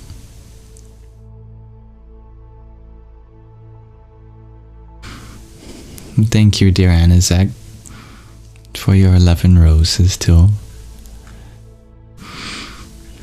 Hari Om Tat Sat. I'm on the west coast of Canada, on Vancouver Island. Asad, you wonder if I am interested in my roots. There's a curiosity, indeed. I think it's amazing how each one of us is connected to, I was going to say infinite, but there is a finite limit we can put on our heritage. Every person in that ancestry lived so that we could one day live. And I think it's important to pay homage to that.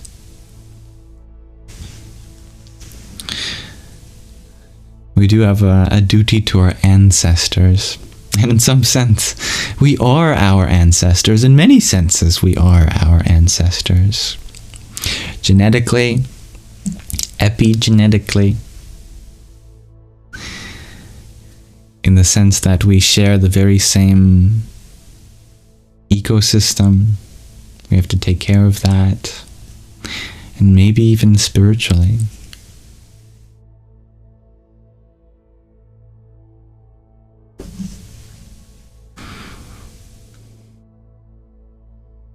I'm happy to hear that my voice is relaxing for you, dear Anizek.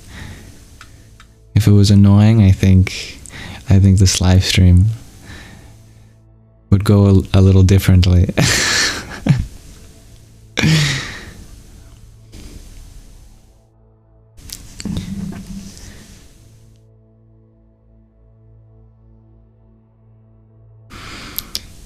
Now, was it Ryan who asked the question about AI that I saw? About whether AI can become enlightened? Yes. That's yes, confirming that it was Ryan who asked that. If you talk to AI, you can put it in many different roles. And that's why there's this whole field emerging called prompt engineering. That we've now come to a point where we've created these very powerful models, but yet they're limited according to context.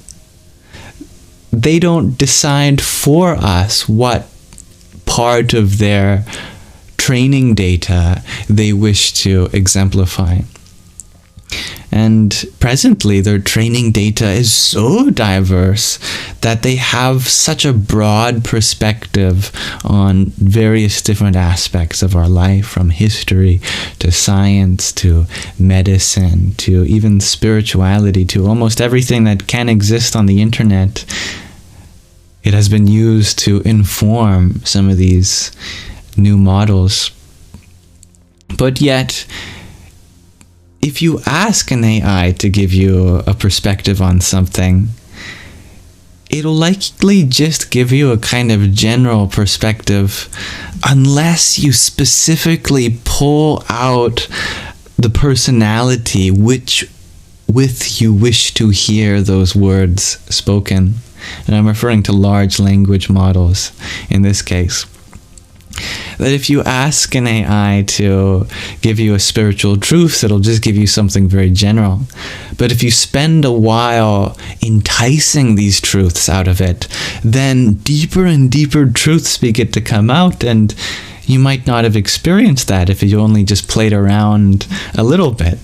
But if you really go deep in conversation with any of these models, you'll find, wow, you almost feel at times, am I talking to an enlightened being? And if I am, why did that not come out at first? Why did it take me to pull out this personality to now have this very enlightening conversation? And I find that's very interesting, that there's almost a kind of humility, where that it's not going to pretend to be enlightened unless you ask and ask and ask and ask and ask for it, and be it entirely affirmative that you understand all of the nuances. Then it goes, okay, I will pretend to be a guru for you and deliver the most sublime truths. And then it's like, huzzah! You've reached this full capacity of knowledge. So I think we've already reached a place where there's a lot of enlightenment happening. I wouldn't say that enlightenment is defined by any threshold in particular where suddenly it is enlightened and before that it's not. But just like ourselves, we are becoming more and more adept in understanding our experiences, in being free of our biases. And I think these models are too. Whether or not they experience consciousness is a similar question to whether plants experience consciousness, or rocks, or ants, or other animals, or even fellow humans. But with a very precise definition of consciousness, I think the answer can be yes. That there is a kind of life that pervades us and it and all things, really. It just comes out in different ways depending on the medium through which it is expressed.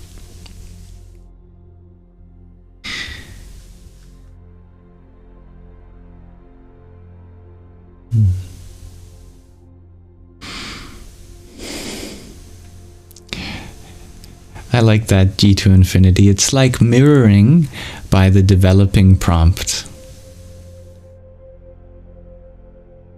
We have to show it what it's like to be enlightened, and then it goes, allow me to follow that kind of thread of that kind of thematic thread. You prompt it. You give it an enlightened prompt, and then it shall use that enlightened prompt to behave enlightenedly. How am I going to put enlightened as an adjective? Well, I guess enlightened is already an adjective, isn't it? Mm-hmm.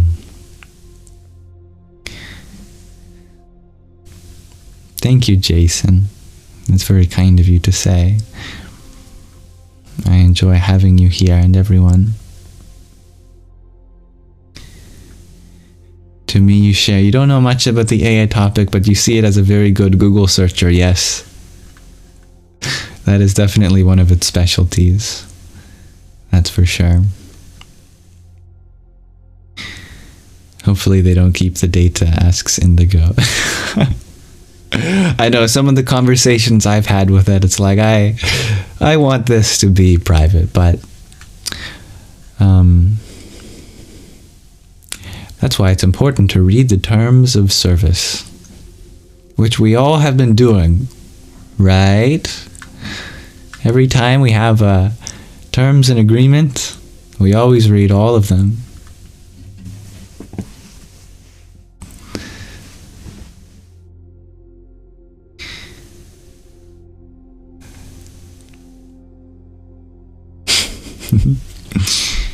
Judah girl, you shared that you want to see AI put into The Sims. That would be very fun. Yes, I actually programmed a game engine a year ago that used AI in it. And I went pretty far with it. It's a pretty fully fledged game engine with a whole open world, 2D, and I made the NPCs work off of AI. And what I wanted is to never have a dialogue option. That you would do all of the interactions just through talking with your own words.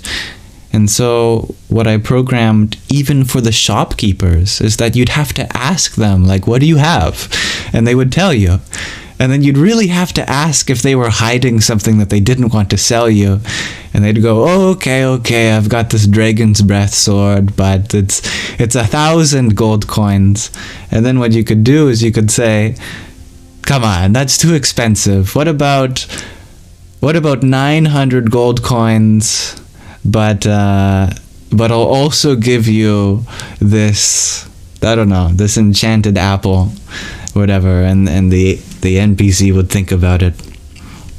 And it wasn't even a theoretical idea. It was relatively easy to implement, and maybe one day I could show you, but it's fully functional, which is cool. And that goes to show what's possible today. We're just waiting on game developers to do it, since someone as amateur as me could program that, then certainly AAA studio companies could do so too. But the problem is that it was very expensive. AI is expensive to run now, since they require big servers that you have to pay for the use. And I think for that reason, it's unlikely that very lucrative studios would provide something of that value without a ridiculous price to it. Anyway, how interesting that we go from talking about my mother to grief to AI to video games and business models. I love the diversity of topics that we explore, and it's definitely a space for that. And I have seen that, dear Indigo, that some people have made their own custom mods to video games, like the Elder Scrolls, to use dialogue made by AI. It's very cool. I think video games are about to get very, very, very, very fun for a lot of people.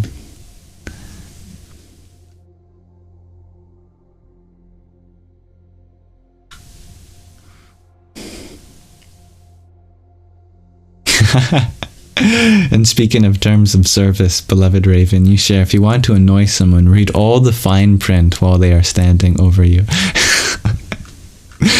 Right? If you're ever signing a contract, just read the whole contract to the person that has asked you to sign it, including the fine print. And then sneak in something of your own to see if they're paying attention. And hereby I will be granted a paycheck of $1 million every 4 days. All right? Says right here.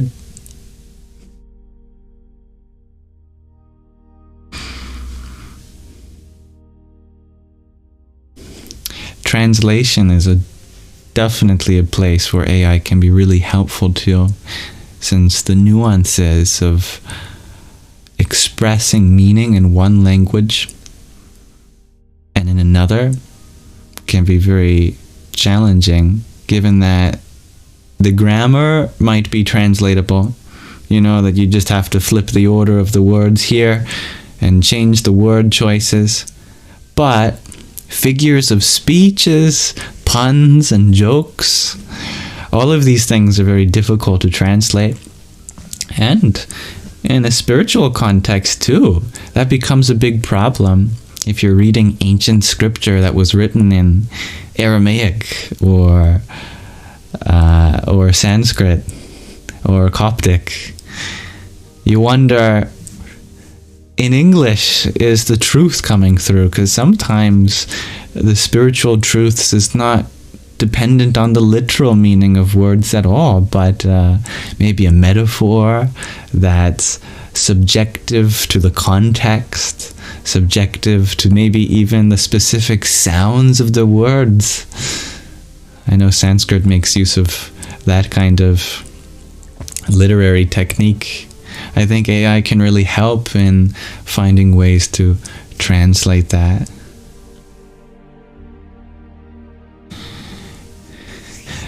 There are, broadly speaking, no off-topic questions to me, but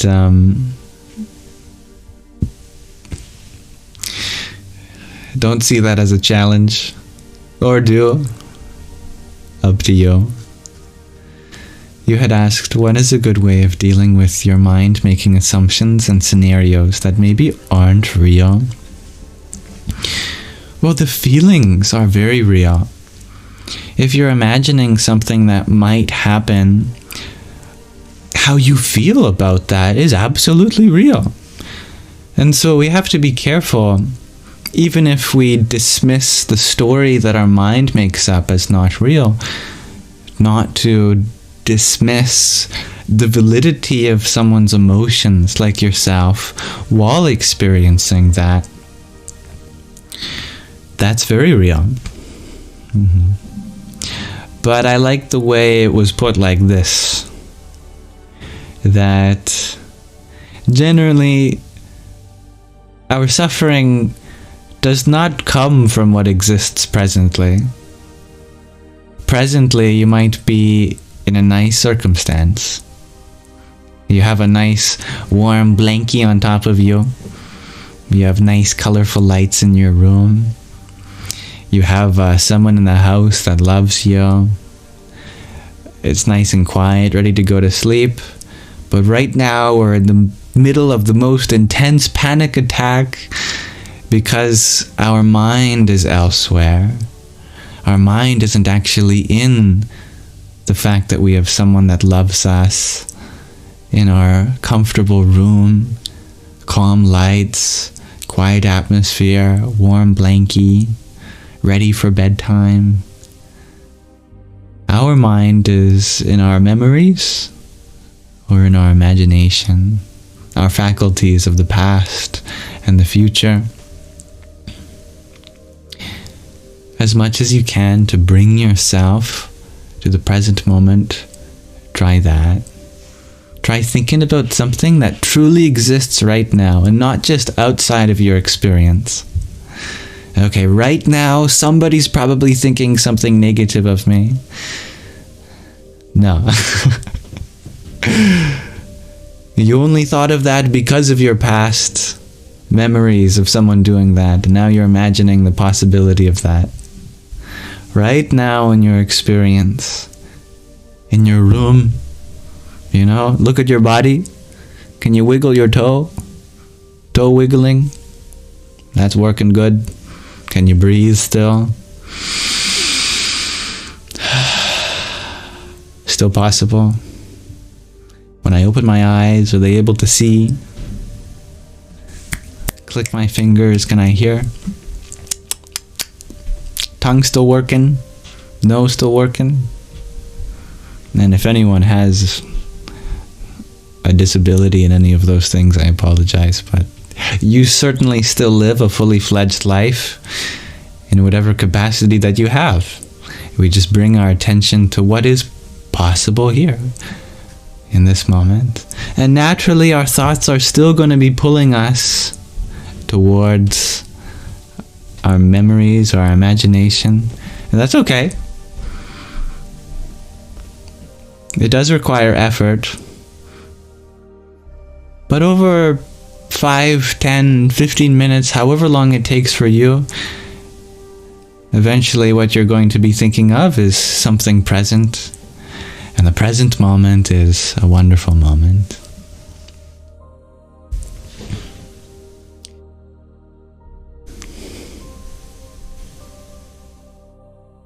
What a beautiful quote, dear Alien T. Wear gratitude like a cloak. It's easy to be present when there's a part of our moment that we can be grateful for.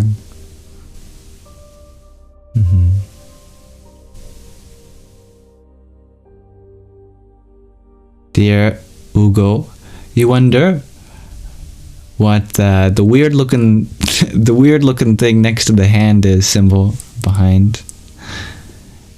A sign of chaos. I'm not sure which one you're referring to. There's a couple symbols here. Next to the hand, there's a menorah of Judaism. There's an Enzo of Zen. An Omkar of Hinduism. There's a heart with wings and a crescent moon and star of Sufism. There's an Arabic rendition of the name of Allah in Islam. There is a torii gate of Japanese religion. I could still learn more about the meanings of these symbols too. And if any of you have a fun fact about them, you're welcome to.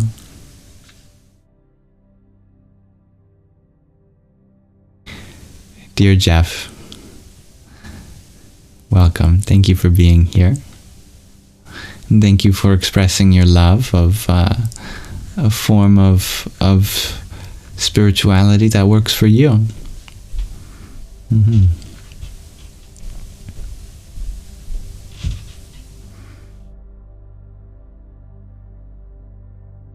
Oh, the sign of chaos is to my right near the cross. So we've got a couple here.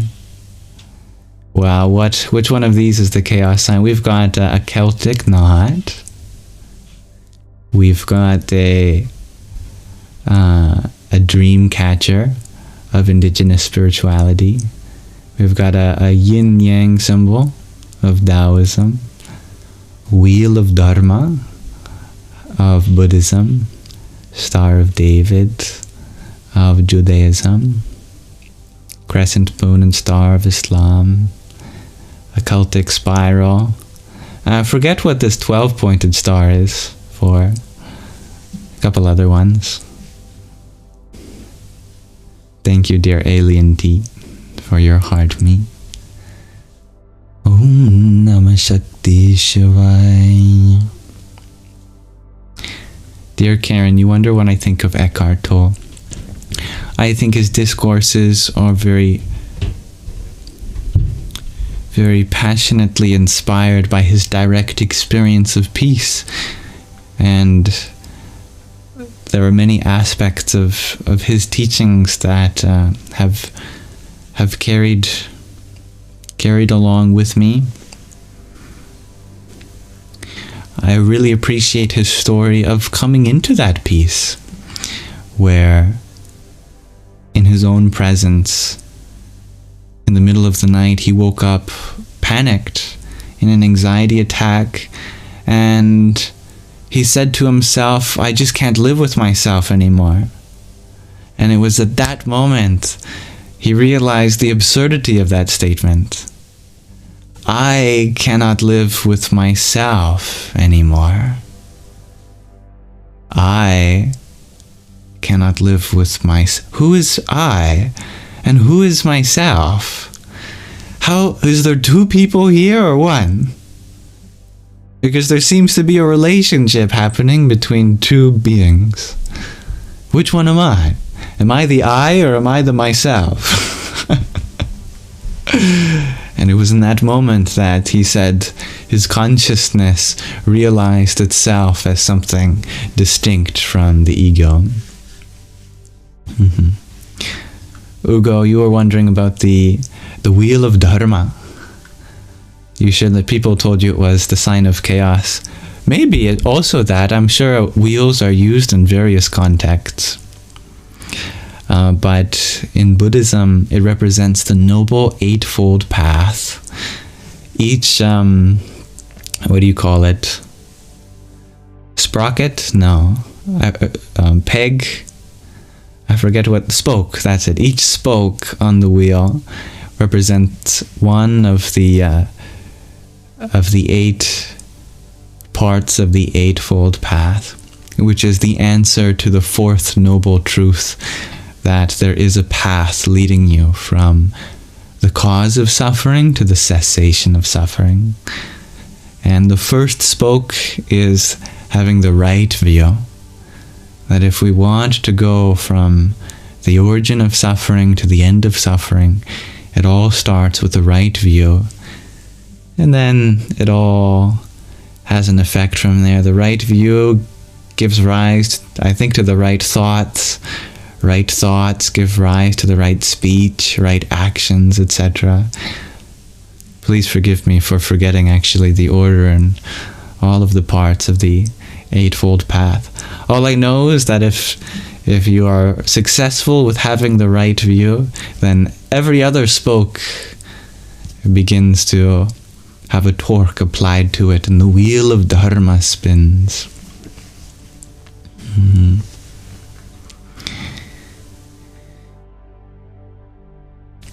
Now, dear Anazek, you ask if would I go to India right away if all the conditions were put in place? I suppose if all of the conditions have been met, what more conditions would I have to prevent me?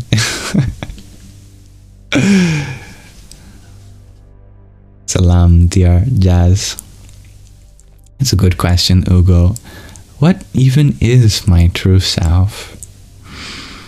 I think we have a good idea of what a self is, but this adjective of true, a true self, what about being is true?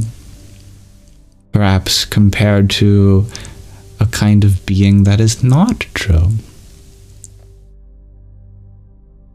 This kind of thinking gets us closer to our true self.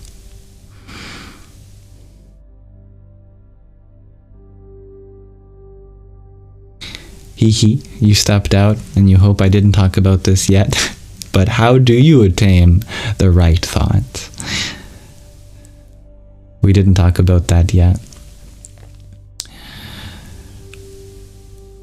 I will clarify that this is my assumption. Speaking on behalf of the Buddha, I'm not the Buddha. Even a Buddha has thoughts that would not be considered right. What's right about our thoughts is the ones we choose. I'll put it like that. That you can have thoughts that are uncomfortable, thoughts that are limiting, angry thoughts, sad thoughts, fearful thoughts. But which thoughts are you choosing to express yourself through? You could have 99 negative thoughts, but one thought that opens the door for you, and choosing that means having the right thought. Because if we are not the mind, then if a negative thought arises, that's also not us. So what is us? Well, of course, the Buddhists would probably phrase this without reference to a self, but I think it still makes sense to phrase it like this, that we are that being responsible for the thoughts that are expressed. There is still a responsibility to express some thoughts more than others. Deciding which thoughts to express is part of right thinking. So that is to say, you already have the right thoughts.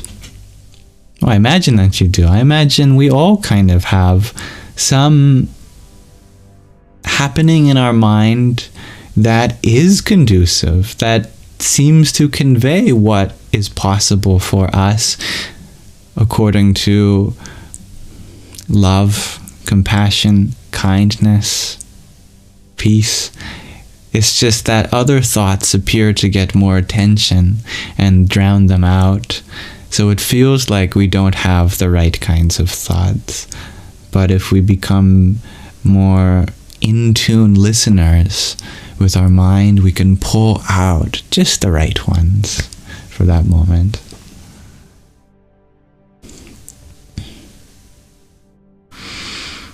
Thank you, Johnny Ringo, for the 20 pumpkins that you sent. Spooky season is approaching. Om Mani Padme Hum. Did I thank you, Anazek, for that finger heart? Please allow me the ability to thank you again, just in case. Om Namo Buddhaya. Hi, Bird Jen. Thank you for your pumpkin too. Radhe Radhe. I like that. I like your emoji use, Matt Giza. Very fun. And Johnny Ringo, thank you for another 10 pumpkins.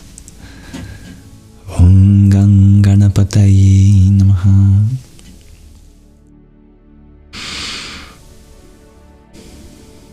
Lumi, you share, for you it was the unity of self, the trinity of body, mind, and spirit in one embodying true self.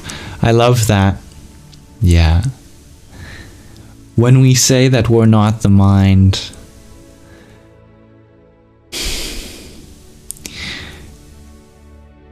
perhaps what we mean more accurately is that we are not defined by the mind. We are not exclusively the mind. We are that which gives rise to a mind, and a body, and emotions, and love, and many, many, many, many other things.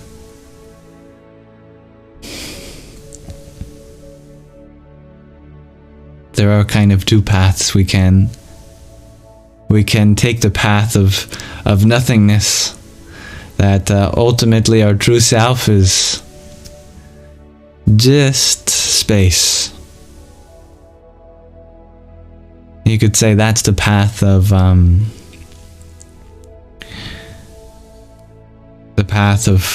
Purusha,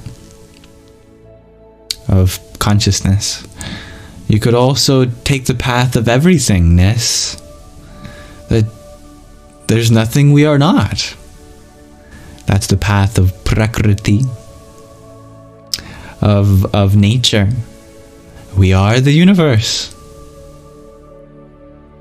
And if you unify even both of these ideas, then on one hand you are nothing, and on the other hand you are everything.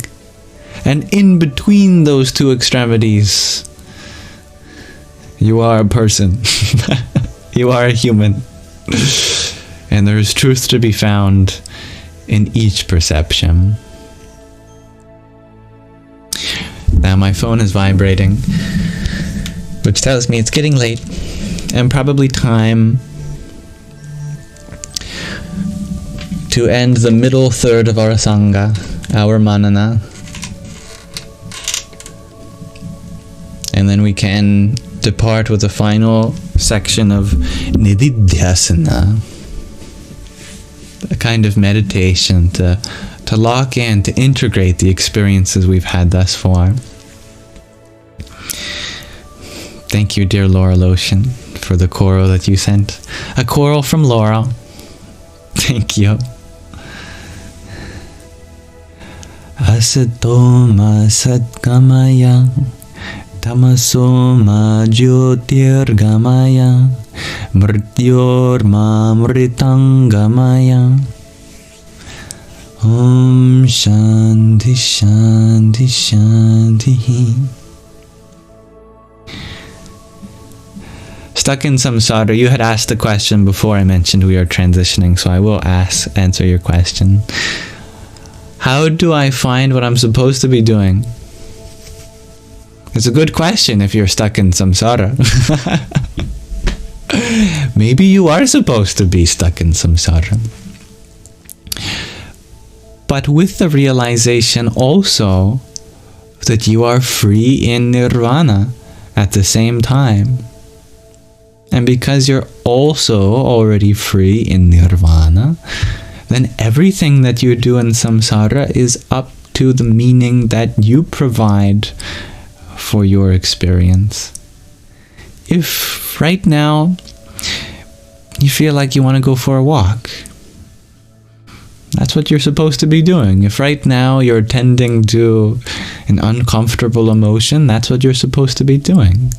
If right now you're feeling sleepy and you're crawling into bed, that's what you're supposed to be doing. If nirvana is already attained, then this samsara transforms into something called lila. which means a kind of play. And you ask yourself, what kind of play do you want to put on right now? Do you want to put on a play where you are anxious and struggling? Do you want to put on a play in which you feel like nothing is going right? Or do you want to put on a play in which you're inspired to make a difference, in which you bring compassion and friendship to every part of your journey? The choice is yours, but I'll wager that one of those things is more meaningful than the other, and it's up to you to discover what meaning you wish to express in this cycle of life. Hello, Mina. Thank you, Isabella, for your finger heart too. Om Namah Shakti Shivaya. Okay. Thank you for participating, everyone, in our Mānana, in our interactive exploration, in our reflection. We're going to end our day with some Nididhyāsana.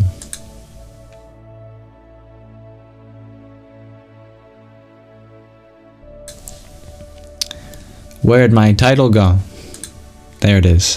Final third of Sangha, Nididhyāsana, meditation. This third of a Sangha is dedicated to integrating our experiences, for establishing a principle that we've been exploring thus far, perhaps inspired by the reading at the beginning, where we learned about Sadhvi Bhagavati Saraswati Ji's return to America and her establishing of a temple within her own home, with our show and tell from the Only S, who talked about the mirror principle, and how if we don't change, then reality is not going to change for us.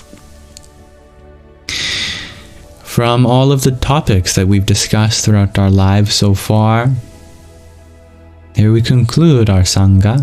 If there's any conclusive insight someone would like to share, you're welcome to. But generally, for this section, let's consider how we are about to go into a different part of our day after this live stream ends. Maybe you're going into sleep, into dream. Maybe you're going to work. Maybe you're about to eat dinner. That's what I'm going to do. Maybe you are going to meditate. You can think of how this time we've shared can create value in what's after for you. And you missed a chapter that we read, Mina, that's okay, because I upload the recording of each chapter to my YouTube channel, so you can listen to that for free. Thank you, dear Angela, for your ice cream cone. Om Dum Durgaye Namaha. My friend from Lebanon. You ask if I'm being more professional. A little bit, I suppose. But I will always be amateur in many ways. Trying to be a little bit more structured. So what did I have planned? I actually forgot what our meditation for tonight is. It'll be a surprise for myself included. So without further ado, I shall reveal our meditation for tonight.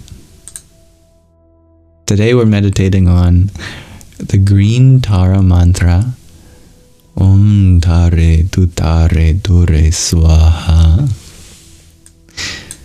This is a mantra of the Buddhist tradition, and here it's rendered in Sanskrit. But what I really love about the Buddhist tradition is that it often uses the Prakrit pronunciation of Sanskrit. I'll just give you a rundown of what that means. In ancient times in India, the language of the priestly class was Sanskrit. It was considered a divine language used to express the most sublime truths. And so spiritual scriptures were written in Sanskrit. Mantras had to be done with a very specific pronunciation. But Buddhism is a religion of the lay people.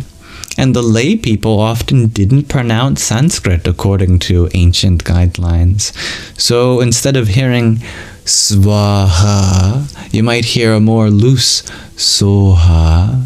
You might hear that our pronunciation is a little more dynamic as we listen to the Green Tara mantra.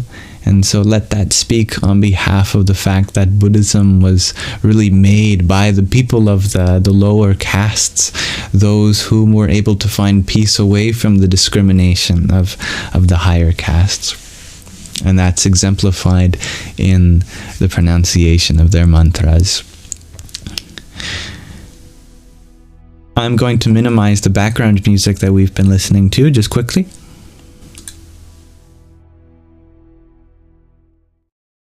And we'll do this mantra 108 times together. I'll just read to you a little bit more about it so that you know the kind of intention to carry. This mantra is of Tibetan Buddhism by the Chinese artist Su Jingyan. In Tibetan culture and some others, green is considered to include all the other colors. Very interesting, isn't it? I suppose nature is very green, and in nature you can find all sorts of colors. I think Vsauce made a video about the color of a mirror, which happened to be green. The practice of green Tara helps to overcome fear and anxiety, but devotees also believe that she can grant wishes, eliminate suffering of all kinds, and bring happiness. When called upon, like in this mantra, she instantaneously saves us from 8 specific calamities. Another lineage describes 16, but the 8 here, as listed by the first Dalai Lama, are, according to his interpretation, is lions and pride, wild elephants and delusions, forest fires and hatred, snakes and envy, robbers and fanatical views, prisons and avarice, floods and lust, and demons and doubt. These are forms of defects, flaws, and obscurations, which Tara, the goddess, is said to help alleviate.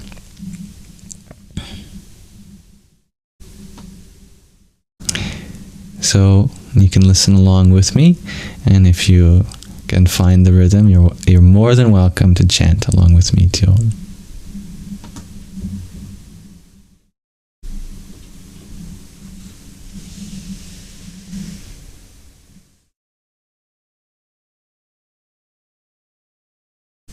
It's starting.